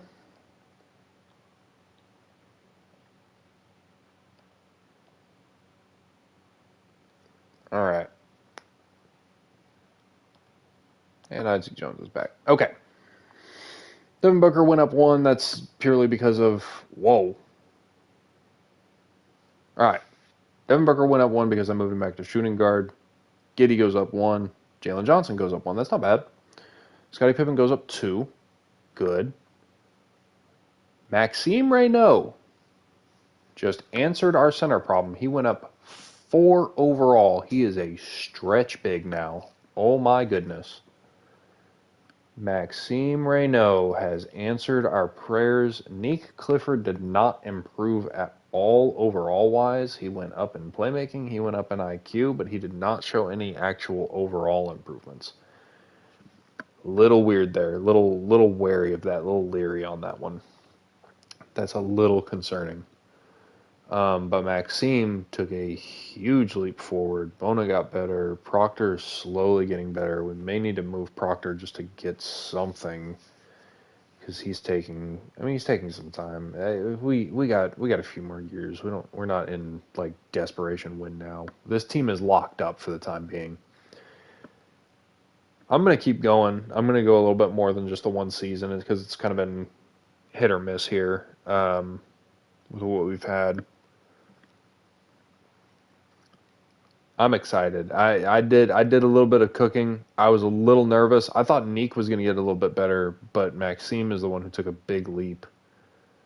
That is huge for us. That is huge. And then load or download. Here we go. Let's see here. We just did this one. It's going to be the 28 draft. We're going to get into some real weird draft classes here, boys. These draft classes are going to get a little weird.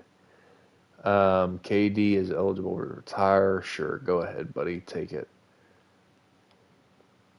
All right. So, boys, you're going to play with each other for a little bit. Yeah, we got Jalen Johnson for Domantas Sabonis, and we moved Monk and Okongwu for Devin Booker. Raynaud is getting better.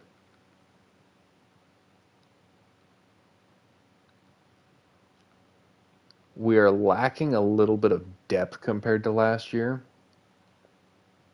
but I think it's going to be worth it because we needed to get. Why is it showing that Lonzo just doesn't have a salary this year? Are we just not paying him? Is Lonzo just showing up for the love of the game? Is that what's going on? Yeah, Lonzo Ball just doesn't have a salary for this year, I guess. we've we've managed to break the game's contracts, and Lonzo Ball is not getting paid to show up this year. I guess I don't know. Okay, so Lonzo Ball's showing up just for the love of the game. Let's see.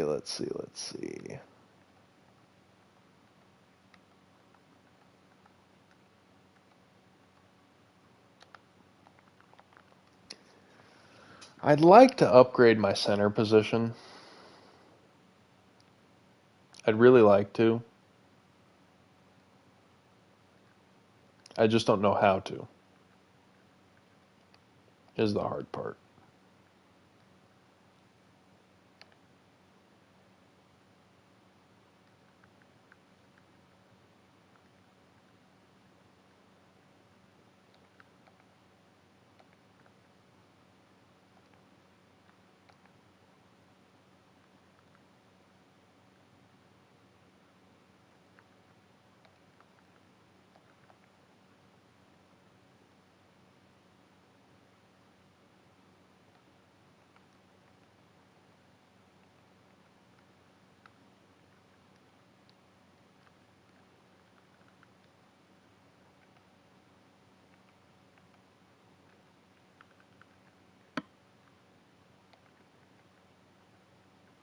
Let's see here.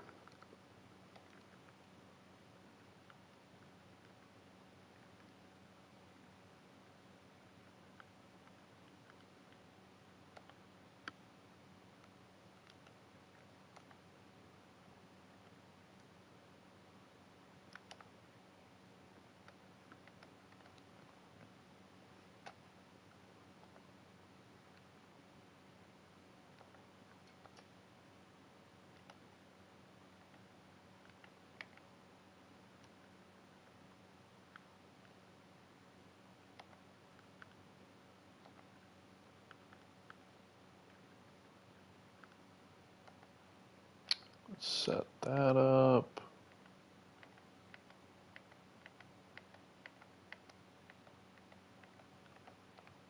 Yeah, Proctor, you need to be.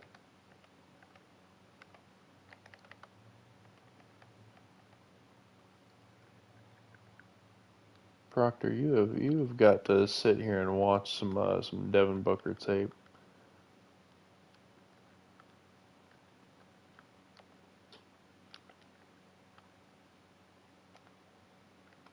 We'll go back to Neek, and Neek can learn.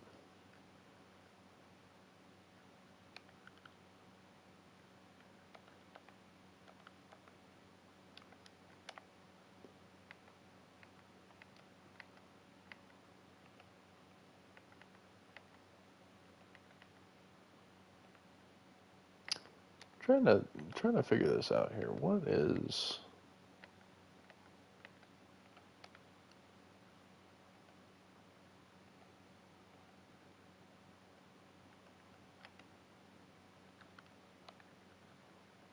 what is the best way to do this?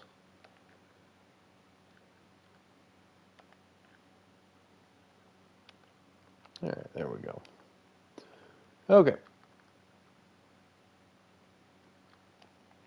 I need to find a center. I'd like to upgrade.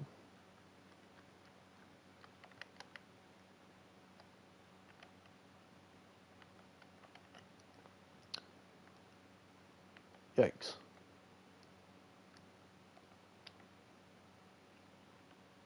Yeah, good freaking luck. What about you? Making way too much money, so I'd have to trade a very, very integral player. Oh, Klingon. I value Klingon. Yeah, way too high. How about Swarber's really young. Hartenstein's getting paid too much.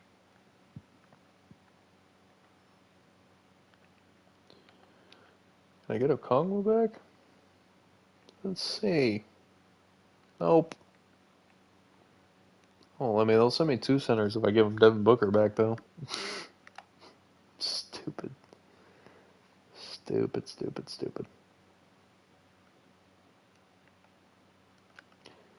Yeah, they want Jalen Johnson. Listen, for Mark Williams, you should be grateful that I even called. That boy is terrible.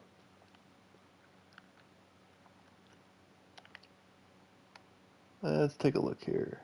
Oh, the Bulls got Cameron Boozer. Neat. Neat. Let's see.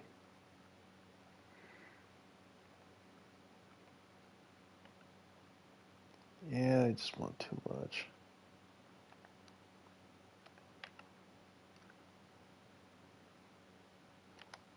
Don't really need a 75 overall. Let's do this. I'm a little nervous just because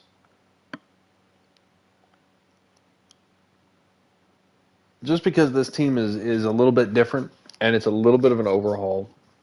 It's a little bit of change in direction from what we had going with Sabonis. I'm curious. I want to see if this team still has that same magic. That's the only thing that I'm scared of is, did we lose the magic? Because that team had been magical, but Sabonis just wasn't going to get it done, and Sabonis is going to fall off of a cliff soon, very soon. So he just worries me. Like, we just need a star player, and we do not need to give up our center depth. Our center is our biggest position of question.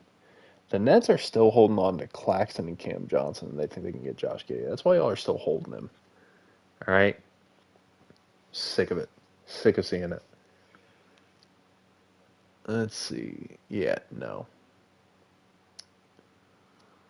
All right. So this team is very much so the exact same as far as like wins and losses. We're right in kind of the same tier as far as wins go. Versus out east. Boy, what a weird team.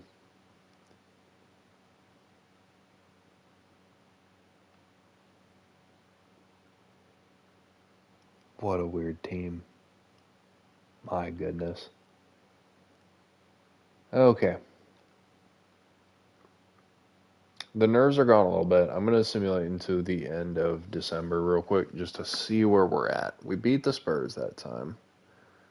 That's good. I guess while I had it stopped, I should have checked and seen how people were playing. I'll do that this next time it stops. Oh. We're playing well. I don't know why I'm so nervous. I'm just nervous. Because I've gotten rid of like all of the actual Kings players, and now this is a full blown, like, this is a full like overhaul of the team. Okay. We're second in the conference. We're just right behind Houston. We're just 2 games back of Houston, pretty much. Standings wise, we're over San Antonio again. They have brought in Tobias Harris and Christian Brown. They just keep getting deeper.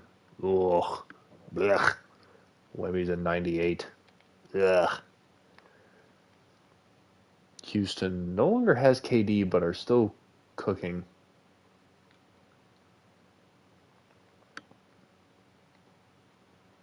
Yeah, they don't have KD anymore, but they're still cooking. They got Tyron Stokes, dude. That's right. They got the number 1 pick in the draft. And Dash Daniels? Oh my gosh.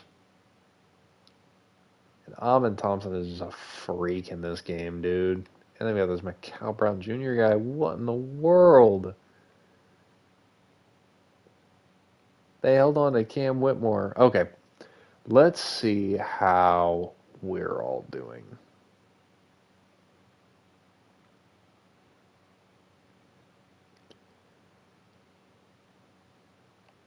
Let's see.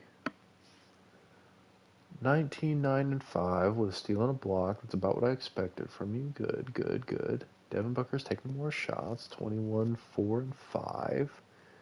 Good. Giddey. 18, 7, and 7. Good. Good efficiency. Raynaud. 12, 7, and 2.5 with a steal and 2 blocks. Solid. Up to an 81 overall. He's already up 2, so that's probably morale boost. Nate Clifford, solid. Him and Lonzo have split time starting, but it looks like it's going to be Neek's job. Neek is starting more of those games. Playing good. Decent efficiency. Not taking a ton of volume. Couple of 3-point attempts. Pippen Jr. is going to continue averaging 15 and 5 off the bench with a steal and a half. Lonzo, super solid role player. Nick Richards doing okay off the bench. Super efficient. Not really taking anything other than dunks, I would assume. Kenrich Williams, we just signed to have a body. Proctor is finally getting some playing time. That'll be good for him. Jones is even getting playing time. Not much, but he's getting playing time.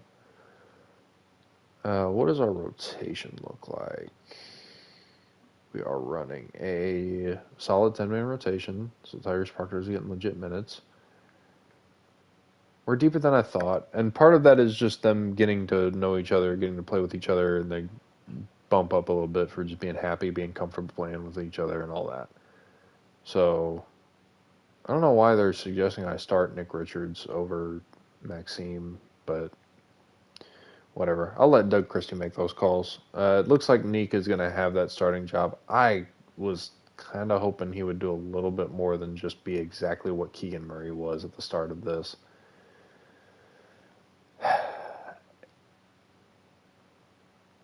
Do we really need to, like...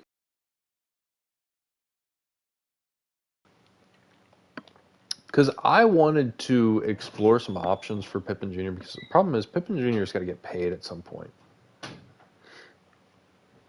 And so I was going to explore some trade options.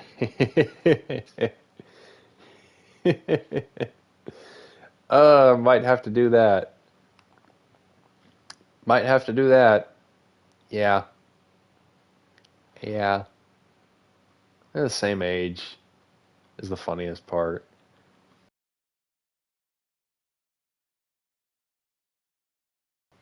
That's funny. Top 10 protected pick. No, thank you. Lottery protected pick. Even worse. KJ Simpson's 2 years younger, but he's not as good. We could get Brawny. Oh boy.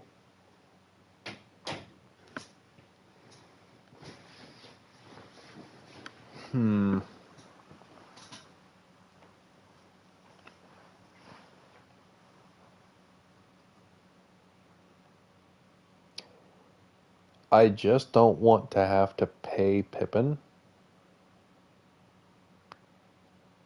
He might have to just walk for nothing. Ooh, but Julian Strother. But if I do that, I might as well just take Keon.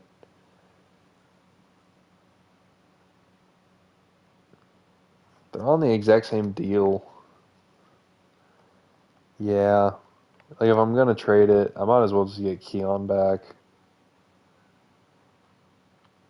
I'll see if I can get it done without that pick. I'm kind of obligated to do this, aren't I? He's going to get pissed off at us again, isn't he? That's the only thing I'm concerned about. What's his 3-pointer? He has not improved at all. He's just averaging 3.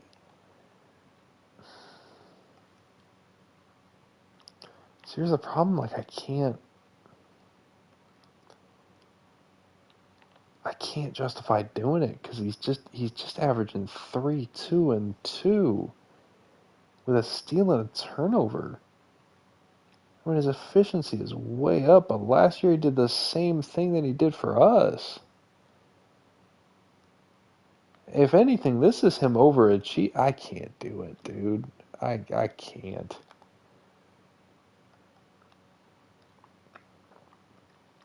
Pippen Jr. is bringing us 4 wins. 4 wins. 5 wins. 4 wins. Yeah. And they're all pacing for about the same thing. Maxime is technically more valuable than Neek is at the moment. Man. Man, oh man, oh man.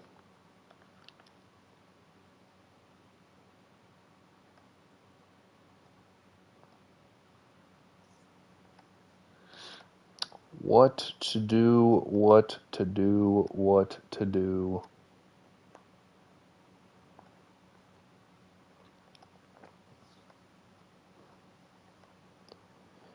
I know at this point I'm kind of like just looking for a move to do just for the sake of making a move. But I just worry that as soon as we run into the Spurs, we're going to have almost the exact same problem. Like, it'll be a little bit better because we have Maxime, who's taller than a Kongwu. Like, once you get to the 7-foot threshold, 2K just treats you like a different player. But let me just make sure I'm not leaving any stones unturned here. If there's some way I can upgrade. Believe me, I would love to find a way to upgrade right now.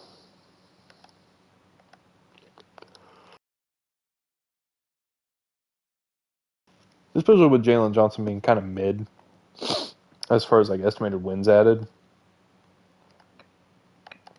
These are all steps backwards. Giddy's going to be the same, I'm sure. They're all going to be steps backwards. Yeah.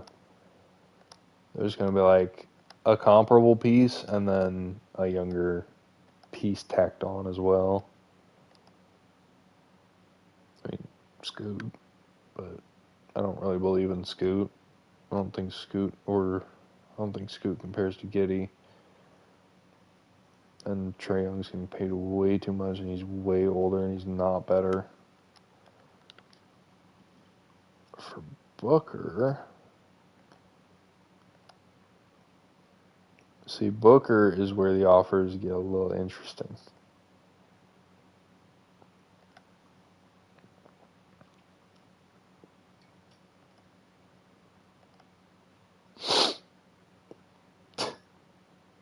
Core swap right there, geez. See, I don't get this. Like, what in the world? Why would I ever touch that with a 10-foot pole?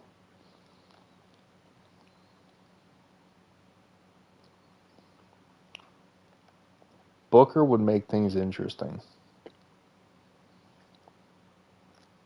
But not interesting enough for me to pull the trigger because they all want another pretty core piece except for this one, but this is sending me to 30-year-olds who are middling role players.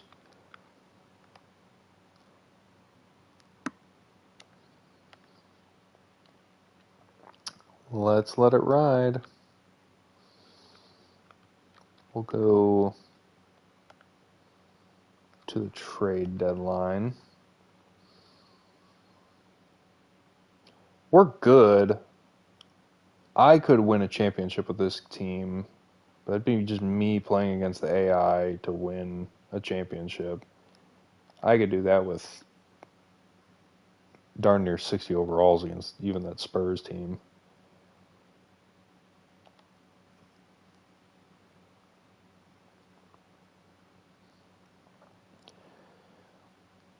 We are first in the power rankings. We are first in the West. And our fan interest isn't even at 100%. I'm about to relocate the team. Getting pissed off with y'all. How can you imagine what Sacramento would be like right now if the Kings were like, if you told Kings fans halfway through December, hey, you traded Sabonis, you traded Levine, you traded DeMar, you've got Josh Giddey, Devin Booker, Jalen Johnson, Nate Clifford turned out to be a great pick, Maxime Raynaud is starting, he turned out to be a great pick. Like, if you told Kings fans that halfway through December, just give it 2 years. You guys are going to be in a great spot. Bro, the city would be on fire. You know, like, everyone would be losing their minds.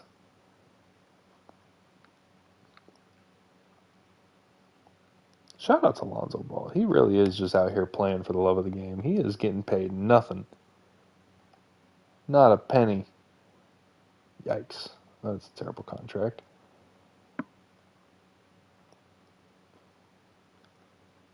I'm just window shopping. Just taking a look.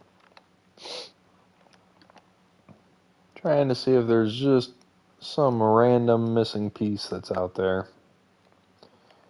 Just seeing if I can get a quick, easy roster upgrade. What can I get for a Dembona?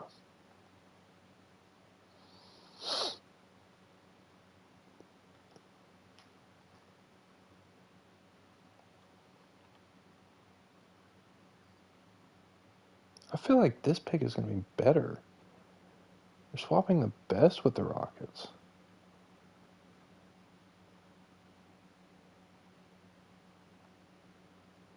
Maybe that means the better pick goes to the Rockets. Maybe that's what that is.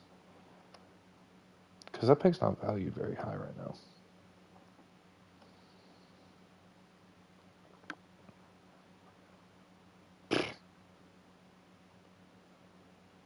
I mean, surely JT Toppin has more potential. Right? Like, surely.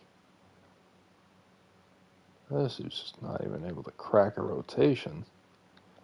In Utah, at least. Utah also has a logjam at his position. Like, a terrible logjam at his position. There are so many power forwards out in Utah right now. They've got Pascal Siakam coming off the bench behind Jaren Jackson Jr. They just won't start either. Like, they won't start both of them together.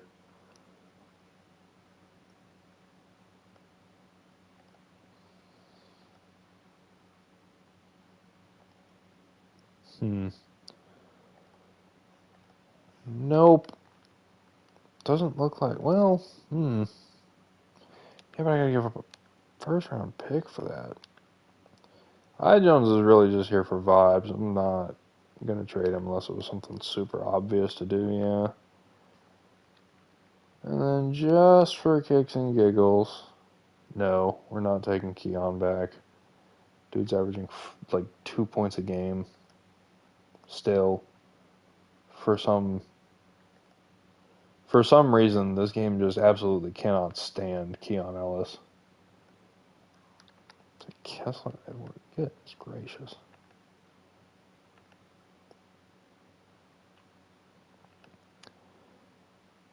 Yeah, I figured as much. I was just poking around, just curious.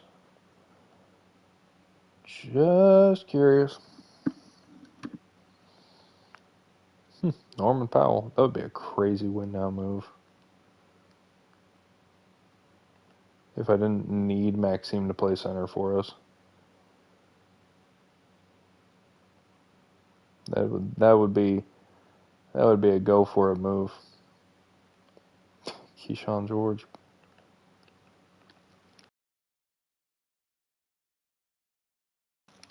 I didn't even see they have Johnny Broom here at center, despite being 6'9". Ugh. One last look just to see what I can get for Scottie Pippen. I think we're just gonna have to end up paying him. Yeah, it's the same trades that I got a month ago. All right. To the end of the regular season we go. Nope. I took a look. There ain't nothing out there.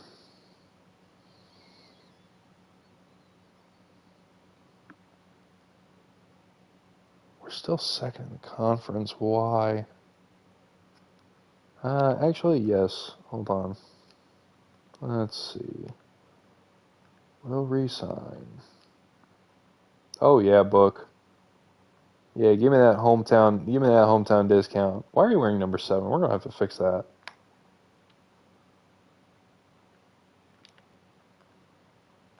Bang. Huge discount on that. Scottie Pippen, how bad is this gonna hurt?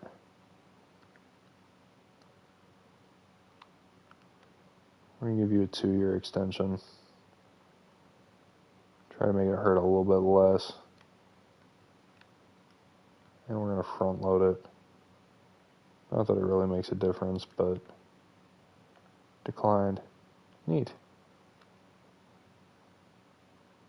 Alright, let's cut it back, but just to 20 million and don't.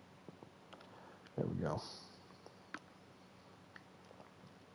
Oh, Maxime. Get paid too. Yikes. Declined. Buddy, I don't know what to tell you. What does your contract situation look like? There's not even an option on there. Oh my gosh. Alright. Lock you up for a little bit longer.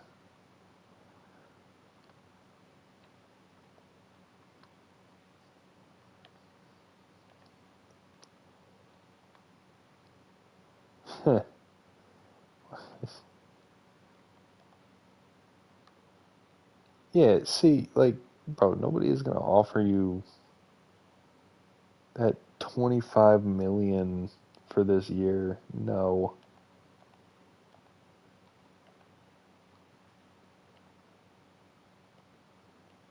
Let's see here. Actually, let me go to coaching so I can see who's actually getting minutes here.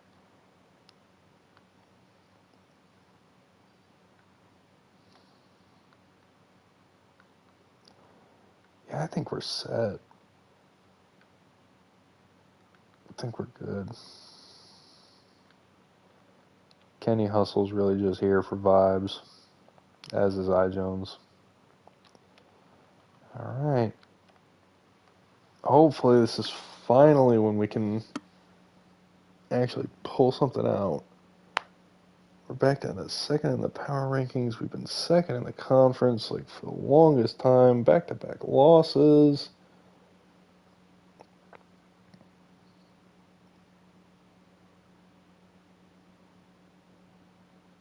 We're just not going to be the 1 seed. I just think we're not going to be the 1 seed. We dropped to third in the power rankings in the last week of the season. Wemby wins his second MVP. And Depoy, I'm sure. Murray Boyles wins another 6-man off the bench. Maxime wins most improved. There we go. That's the first award that any of our players have actually gotten. Scotty Barnes wins clutch player of the year. And Doug Christie wins coach of the year and finishes first in the conference. The Spurs finished second in the conference. I'm not sure what the heck was going on with that, but okay. Cade, Hallie, Jokic signs with the Warriors. For some reason, he always signs with the Warriors. Flag and DeBonsta are up here. We just have too good of a team. Josh Giddey makes All-NBA third team. Yeah, All-NBA third team. There you go. Hey, our team is finally getting accolades. Finally getting accolades. Why is Sengun on all defense? Goodness gracious. Stop this tomfoolery. Yeah, okay, so we managed to take the...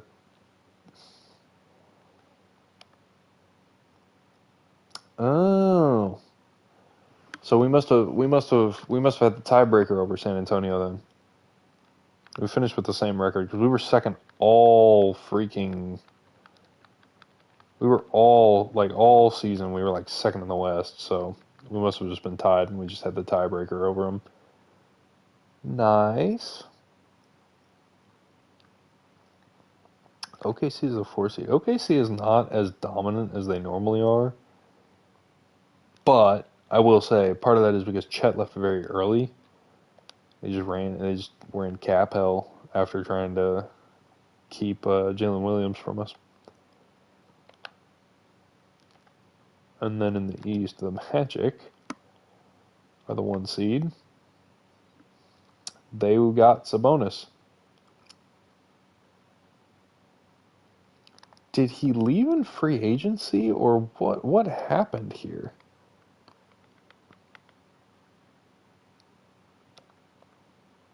They traded for him?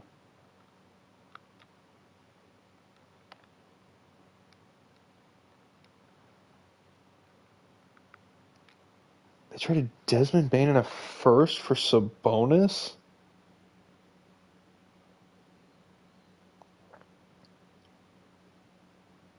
Are the Hawks retarded?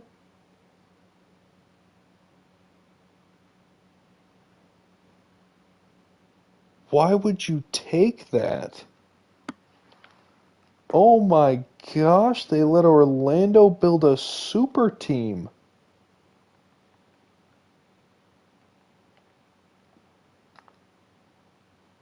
Look at this line. And they got Khan from the Hornets.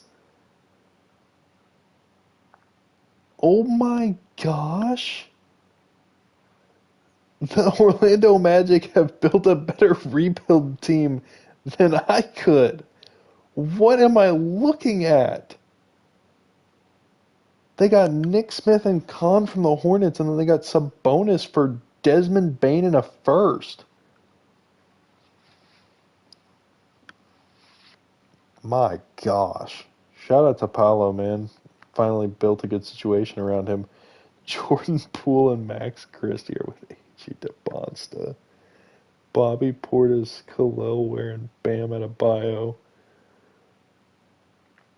They got Bradley Beal, too. Is Bradley Beal still on his contract, or is this a different contract now? This has got to be a different contract now. Yeah, okay, it's a different contract. Thank goodness. For their sakes, I guess. I don't. I guess Spoelstra is that good of a coach. He's just got Jordan Poole, Max Christie, DeBonta, Bam, and Khalil Ware just terrorizing the East.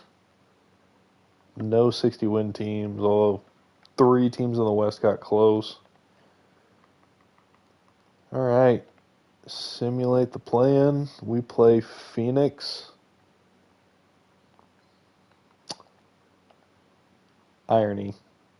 Very, very poetic irony. Please just kill them. Don't make me regret this, Booker. Booker, you're a double agent. Devin Booker, you're a double agent. I'm sick. I'm sick to my stomach. There is no way. I was going to say, yeah, I mean, we've lost every game won.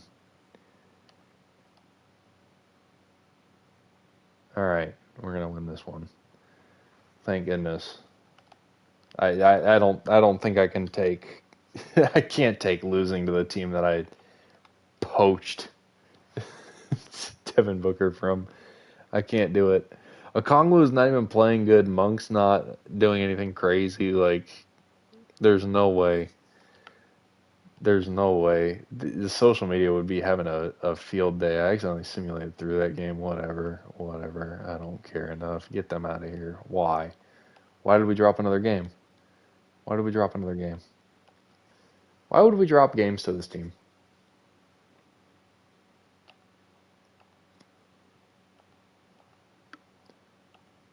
We gave them like a box of scraps for Devin Booker. We poached their best player.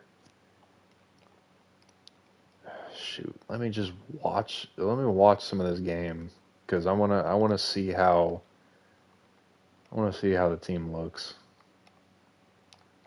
I just want to watch. I want to see Devin Booker play. I want to see Jalen Johnson play. I want to see Maxime in there. Alonzo's in right now. We're running another goofy lineup. Good defense, Maxime. Good rebound. Lonzo, Booker, Bona, Nick Richards, and Maxime for some unholy reason. Got off-ball action here for Booker. Booker wide open triple. Bang. There we go. Put him in the dirt book. There's Jalen Johnson waiting to check in. Book, I'm not going to lie. We're going to have to find you a new number. Number 7 does not have aura. This single number 7. Doesn't look that bad in a Kings uniform. Because of the font that we use. Why is a Dembona running the 3 for us? Terrible pass. Booker gets blocked. Gets it back. A layup. Good. Alright. This game is over. We're going to just coast to a win on this one. Thank goodness. I should not have had to sweat that.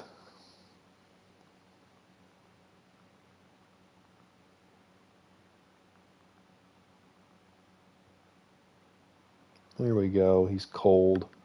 Maxime's got him in hell. Can't do nothing against Maxime, the greatest center of all time. Greatest French center of all time. Booker, pull up. That's what you get for wearing his number. That is what you get for wearing his number. The disrespect. You know, after a shot like that, Booker would be talking to that bench too. People say Booker talks crap all the time. People say Booker is one of the most slept on like trash talkers in the NBA. I know for a fact he would be letting them hear it. In Phoenix, oh my gosh. Yeah, he'd be going crazy. I like these off-ball actions we run for Booker. Doug Christie, tip of the cap to you, Doug Christie. Tip of the cap.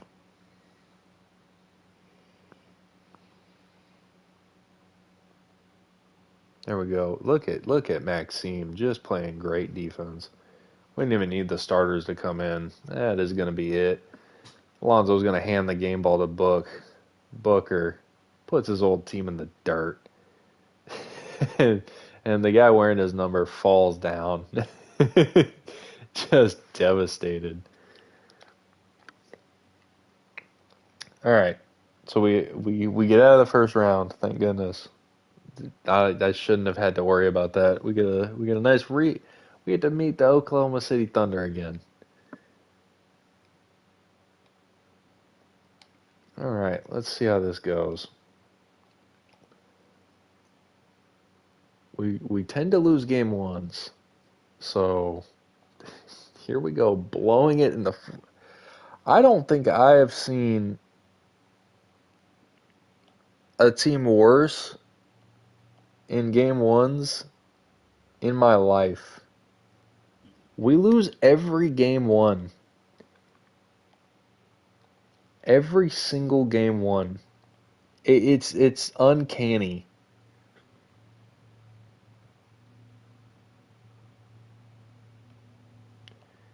We keep tying it up, but we just can't take the lead. And this is going to be both home games down, dude. That's both home games. Man. We just run into OKC and just get slapped around. Hang on a second. We're going to jump in early here with 3 minutes to go. They're blowing it right now in front of our eyes. They're blowing it right now. Hang on. There's 3 minutes to go in the fourth quarter. We're only down 4. Looks like all the starters are in.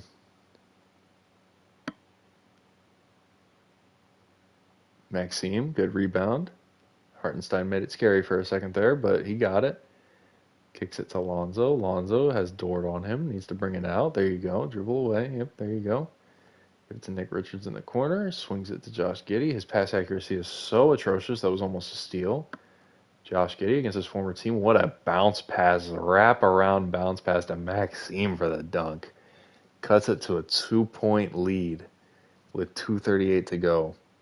And Josh Giddey is unfortunately probably baby food. I'm going to do something here. Where is... Here. If I go into game plan, I go into defensive settings. We are going to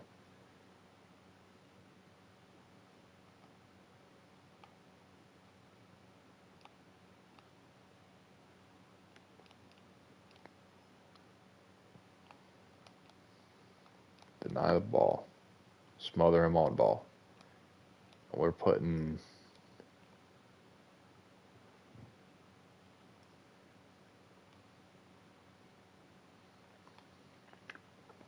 Lonzo on him. Lonzo's still got the better defensive stats, but if they, let me make sure I flip myself back off. If they put Neek back in, though, I'm going to jump in and do the same thing for Neek. Nope, it looks like they're leaving Lonzo in right now, which is fine. But Lonzo's going to be the best option for Shea. Neek has inside defense, though, like a little bit more interior defense. So I wonder if just because Shea goes to the rim so much. Oh, okay, they switched Book onto him. Yeah, that's Book. Okay, and J-Dub pulls up, puts it back to a 4-point game. He's not wearing the headband for an away game, which threw me for a second. Booker gets around him, gives it to Maxime. Maxime can't quite get around, but he's going to force it up here after almost getting a 3-second call. Yep, I saw that one coming. At least he got the rebound back, but he threw it right to J-Dub, trying to give it to Lonzo. And then just gave up Harten's inside position to Hartenstein. Thank goodness Jalen Johnson grabbed that rebound. He still managed to get a contest. Give it to Book here. Booker, you got to be aggressive. Spin move. Oh, I would have taken the spin jumper. Okay, that's a foul, though. Casey Wallace fouls out. All right, Book. Book's going to hit both these free throws. First one down. Cuts it to a 3-point lead. A minute 43 to go. Second one is up. Second one's good. 2-point game again. All right. Minute 43 to go. Lonzo on Shea. Smother and deny. Yeah, Lonzo. Yeah. And what a shot from Shea. I don't know why Lonzo contested that so late. That is unfortunate. That is unfortunate. They've got Dort on Booker now. Pulls up. No contest. All right. Cuts it down to 3. Booker is doing that DeMar DeRozan thing where he just trades twos with the other team. Lonzo gets spun off, and Shea's just cooking him. He's got a 90 perimeter defense. He's our best perimeter defender. I can't do anything. Booker pulls up. Dort might have got him on the way up, but Booker gets his offensive rebound, puts it back up, and it's good. 3-point game. Minute and 2 to go. Lonzo, you got to get one stop here, bud. Lonzo, one stop. Great contest. There you go. There's your one stop. 3-point game. Maxime's going to push it in transition here. Dribbling into a double team. Please be careful. Booker faking it. Euro steps around. What a tough shot. Terrible take there. I'm not sure what he was doing, but did not get around Lou Dort. Almost poked that one loose. Hartenstein got a little sloppy with it. Dort's going to kick it back out. Dort trying to space the floor. Lonzo staying with Shea. Pump fake. Floater. Good defense from Lonzo. He's gotten another big stop here. It's another 3-point game. Lonzo just... What even happened there? Lou Dort jumped the passing lane, I guess, and gets the steal, and now we're going to have to foul. And for some reason, they let Lou Dort take these instead of giving it to Shea. Josh Giddey is now fouled out. Dort puts the first one down. That makes it a 4-point game, and we're going to lose game 3. A 5-point game.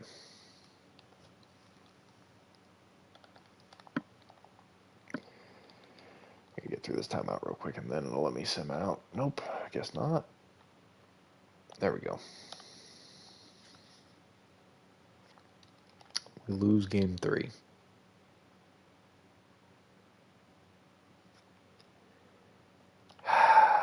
We're just running into a healthy OKC.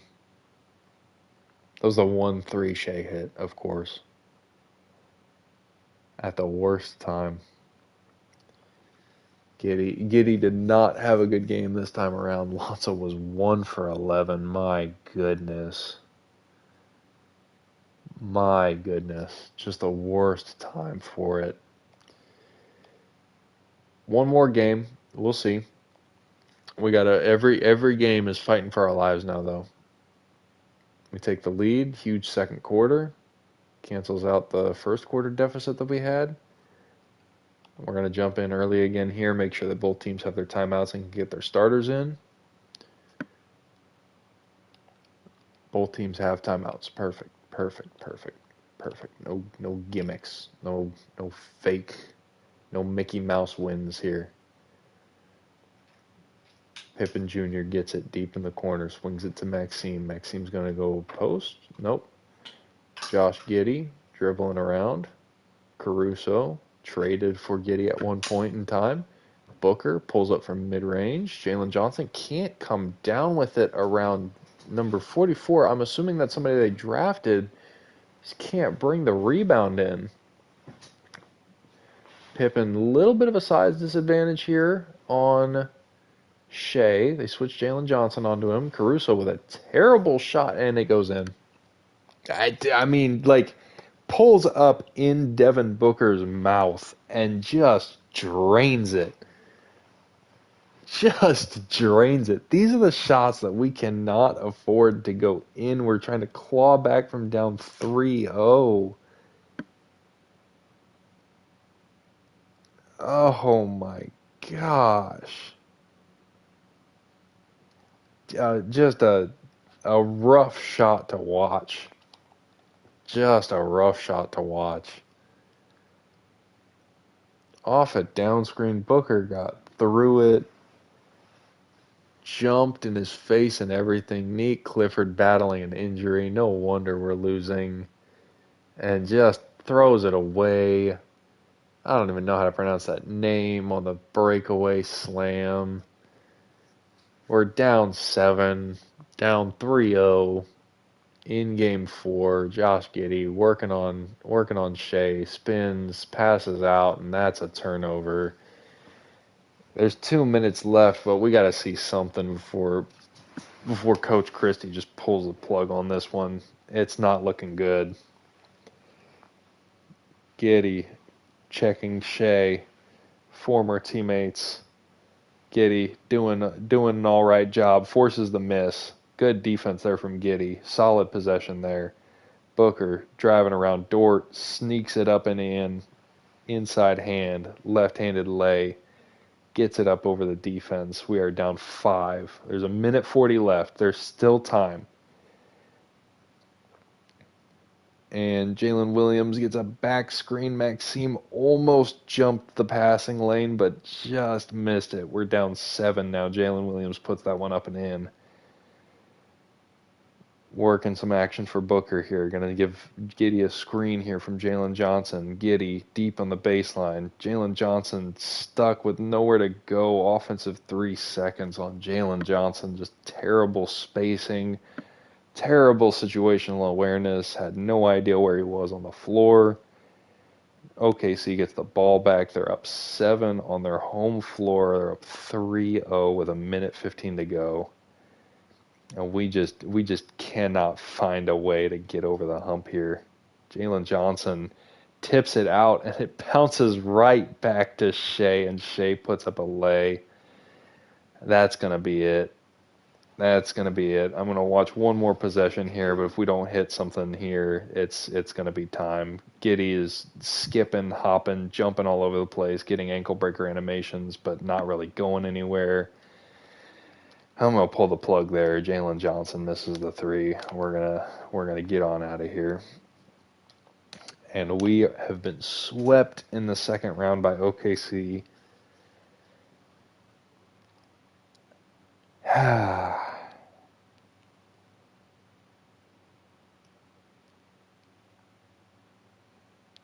But Portland was also swept, so at the end of the day, does it really matter? Orlando's got a dang super team over here. All right. Sabonis has been traded twice. We traded him to Atlanta in the offseason, and then Atlanta traded him to Orlando, and I'm pretty sure he's about to win a ring here. He doesn't even make the finals. Never mind. All right.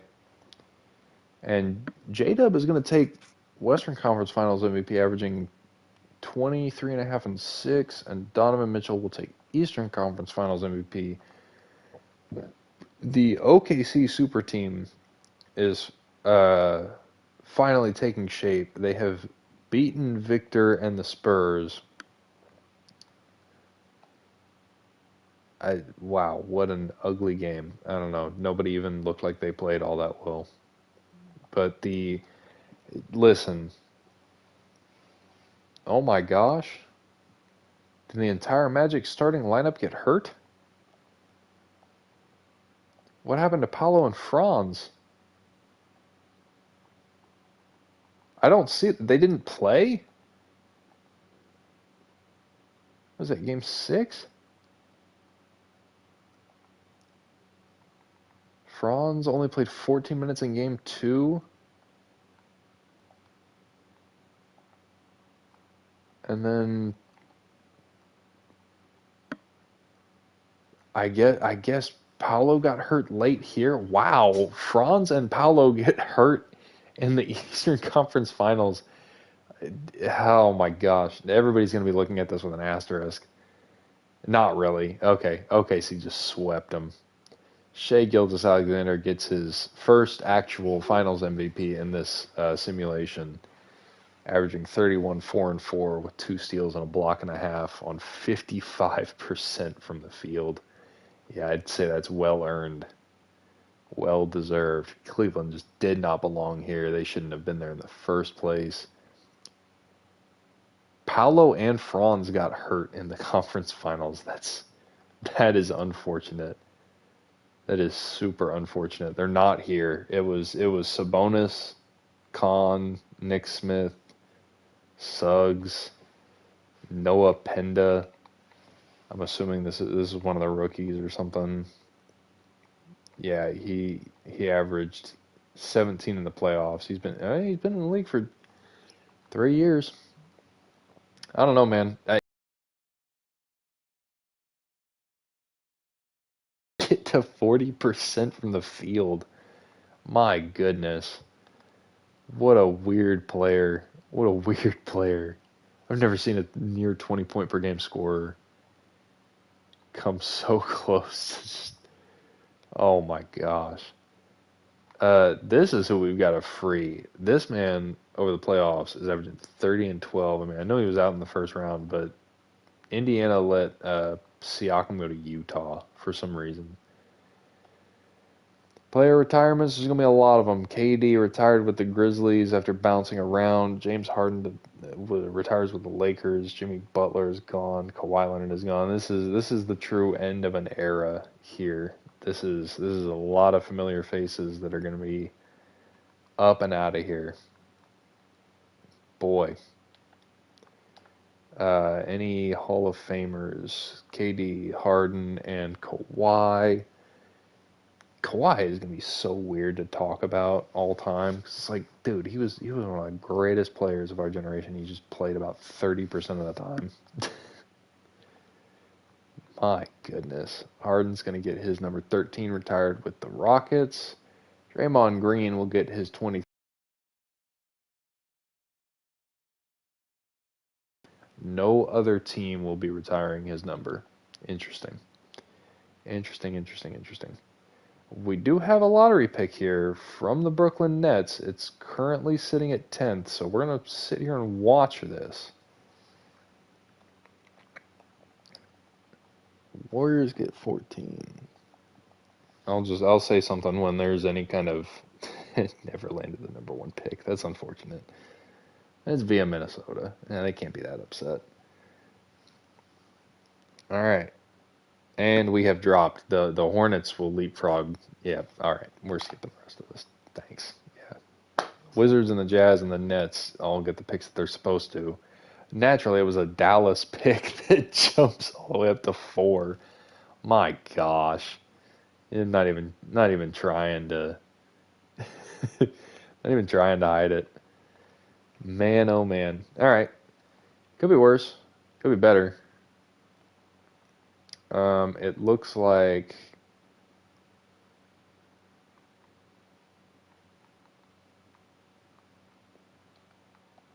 yeah. We gotta hire a coach. Perfect. We got Jacob Underwood. Awesome. Alrighty.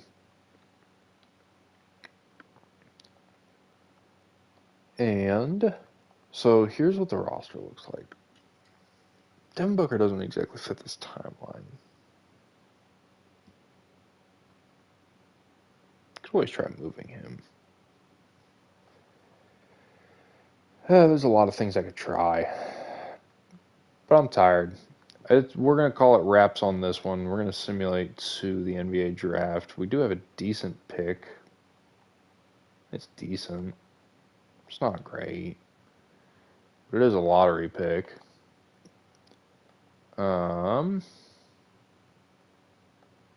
Move up a little bit by giving up a first round pick. We'll be good in 29. Yeah, we'll see. I'll take a look at it. We'll see what we want to do with the 11th pick. I'm probably not going to take a player. I'm probably going to package it along with another player to try and upgrade the current roster that we have. We have been perennial playoff. We are a perennial playoff team, but we are perennially in the second round. We have got to find a way to get into the finals. We have not been to a finals yet.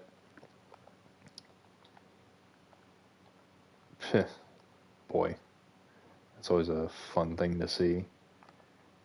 We have not been to a finals just yet. We have made the Western Conference Finals and just ran into the dadgum Spurs super team here that just keeps.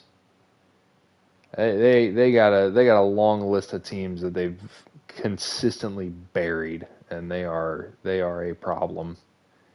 But not for OKC. OKC seemed to do just fine with handling them, at least this year. We'll see as we keep moving things along. I'll see what kind of roster upgrades we can make. But for the time being, that's gonna be it. We got 2 seasons done. I got a couple of clips and stuff that I need to get uploaded from this stream, and yeah, we're gonna see what exactly we can't use the power of friendship to do. It looks like Neek and Maxime are probably going to plateau right here. They're not quite the saviors of the franchise, but the core around them has shifted quite a bit. I like this big three. I like the depth we have behind them, but clearly there's something missing here. Otherwise, we'd already have a ring. I don't think Booker's the problem. Booker's usually not the problem.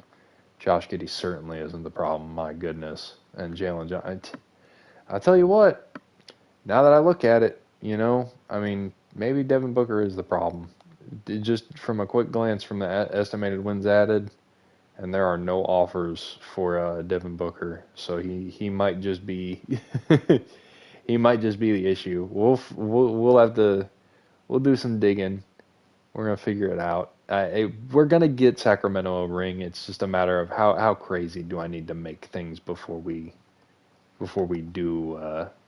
Am I going to need to flip like the entire team on its head? We'll see. That's not a terrible trade, and we may, welcome to Sacramento, Lou Dort, if OKC just wants to sabotage like that.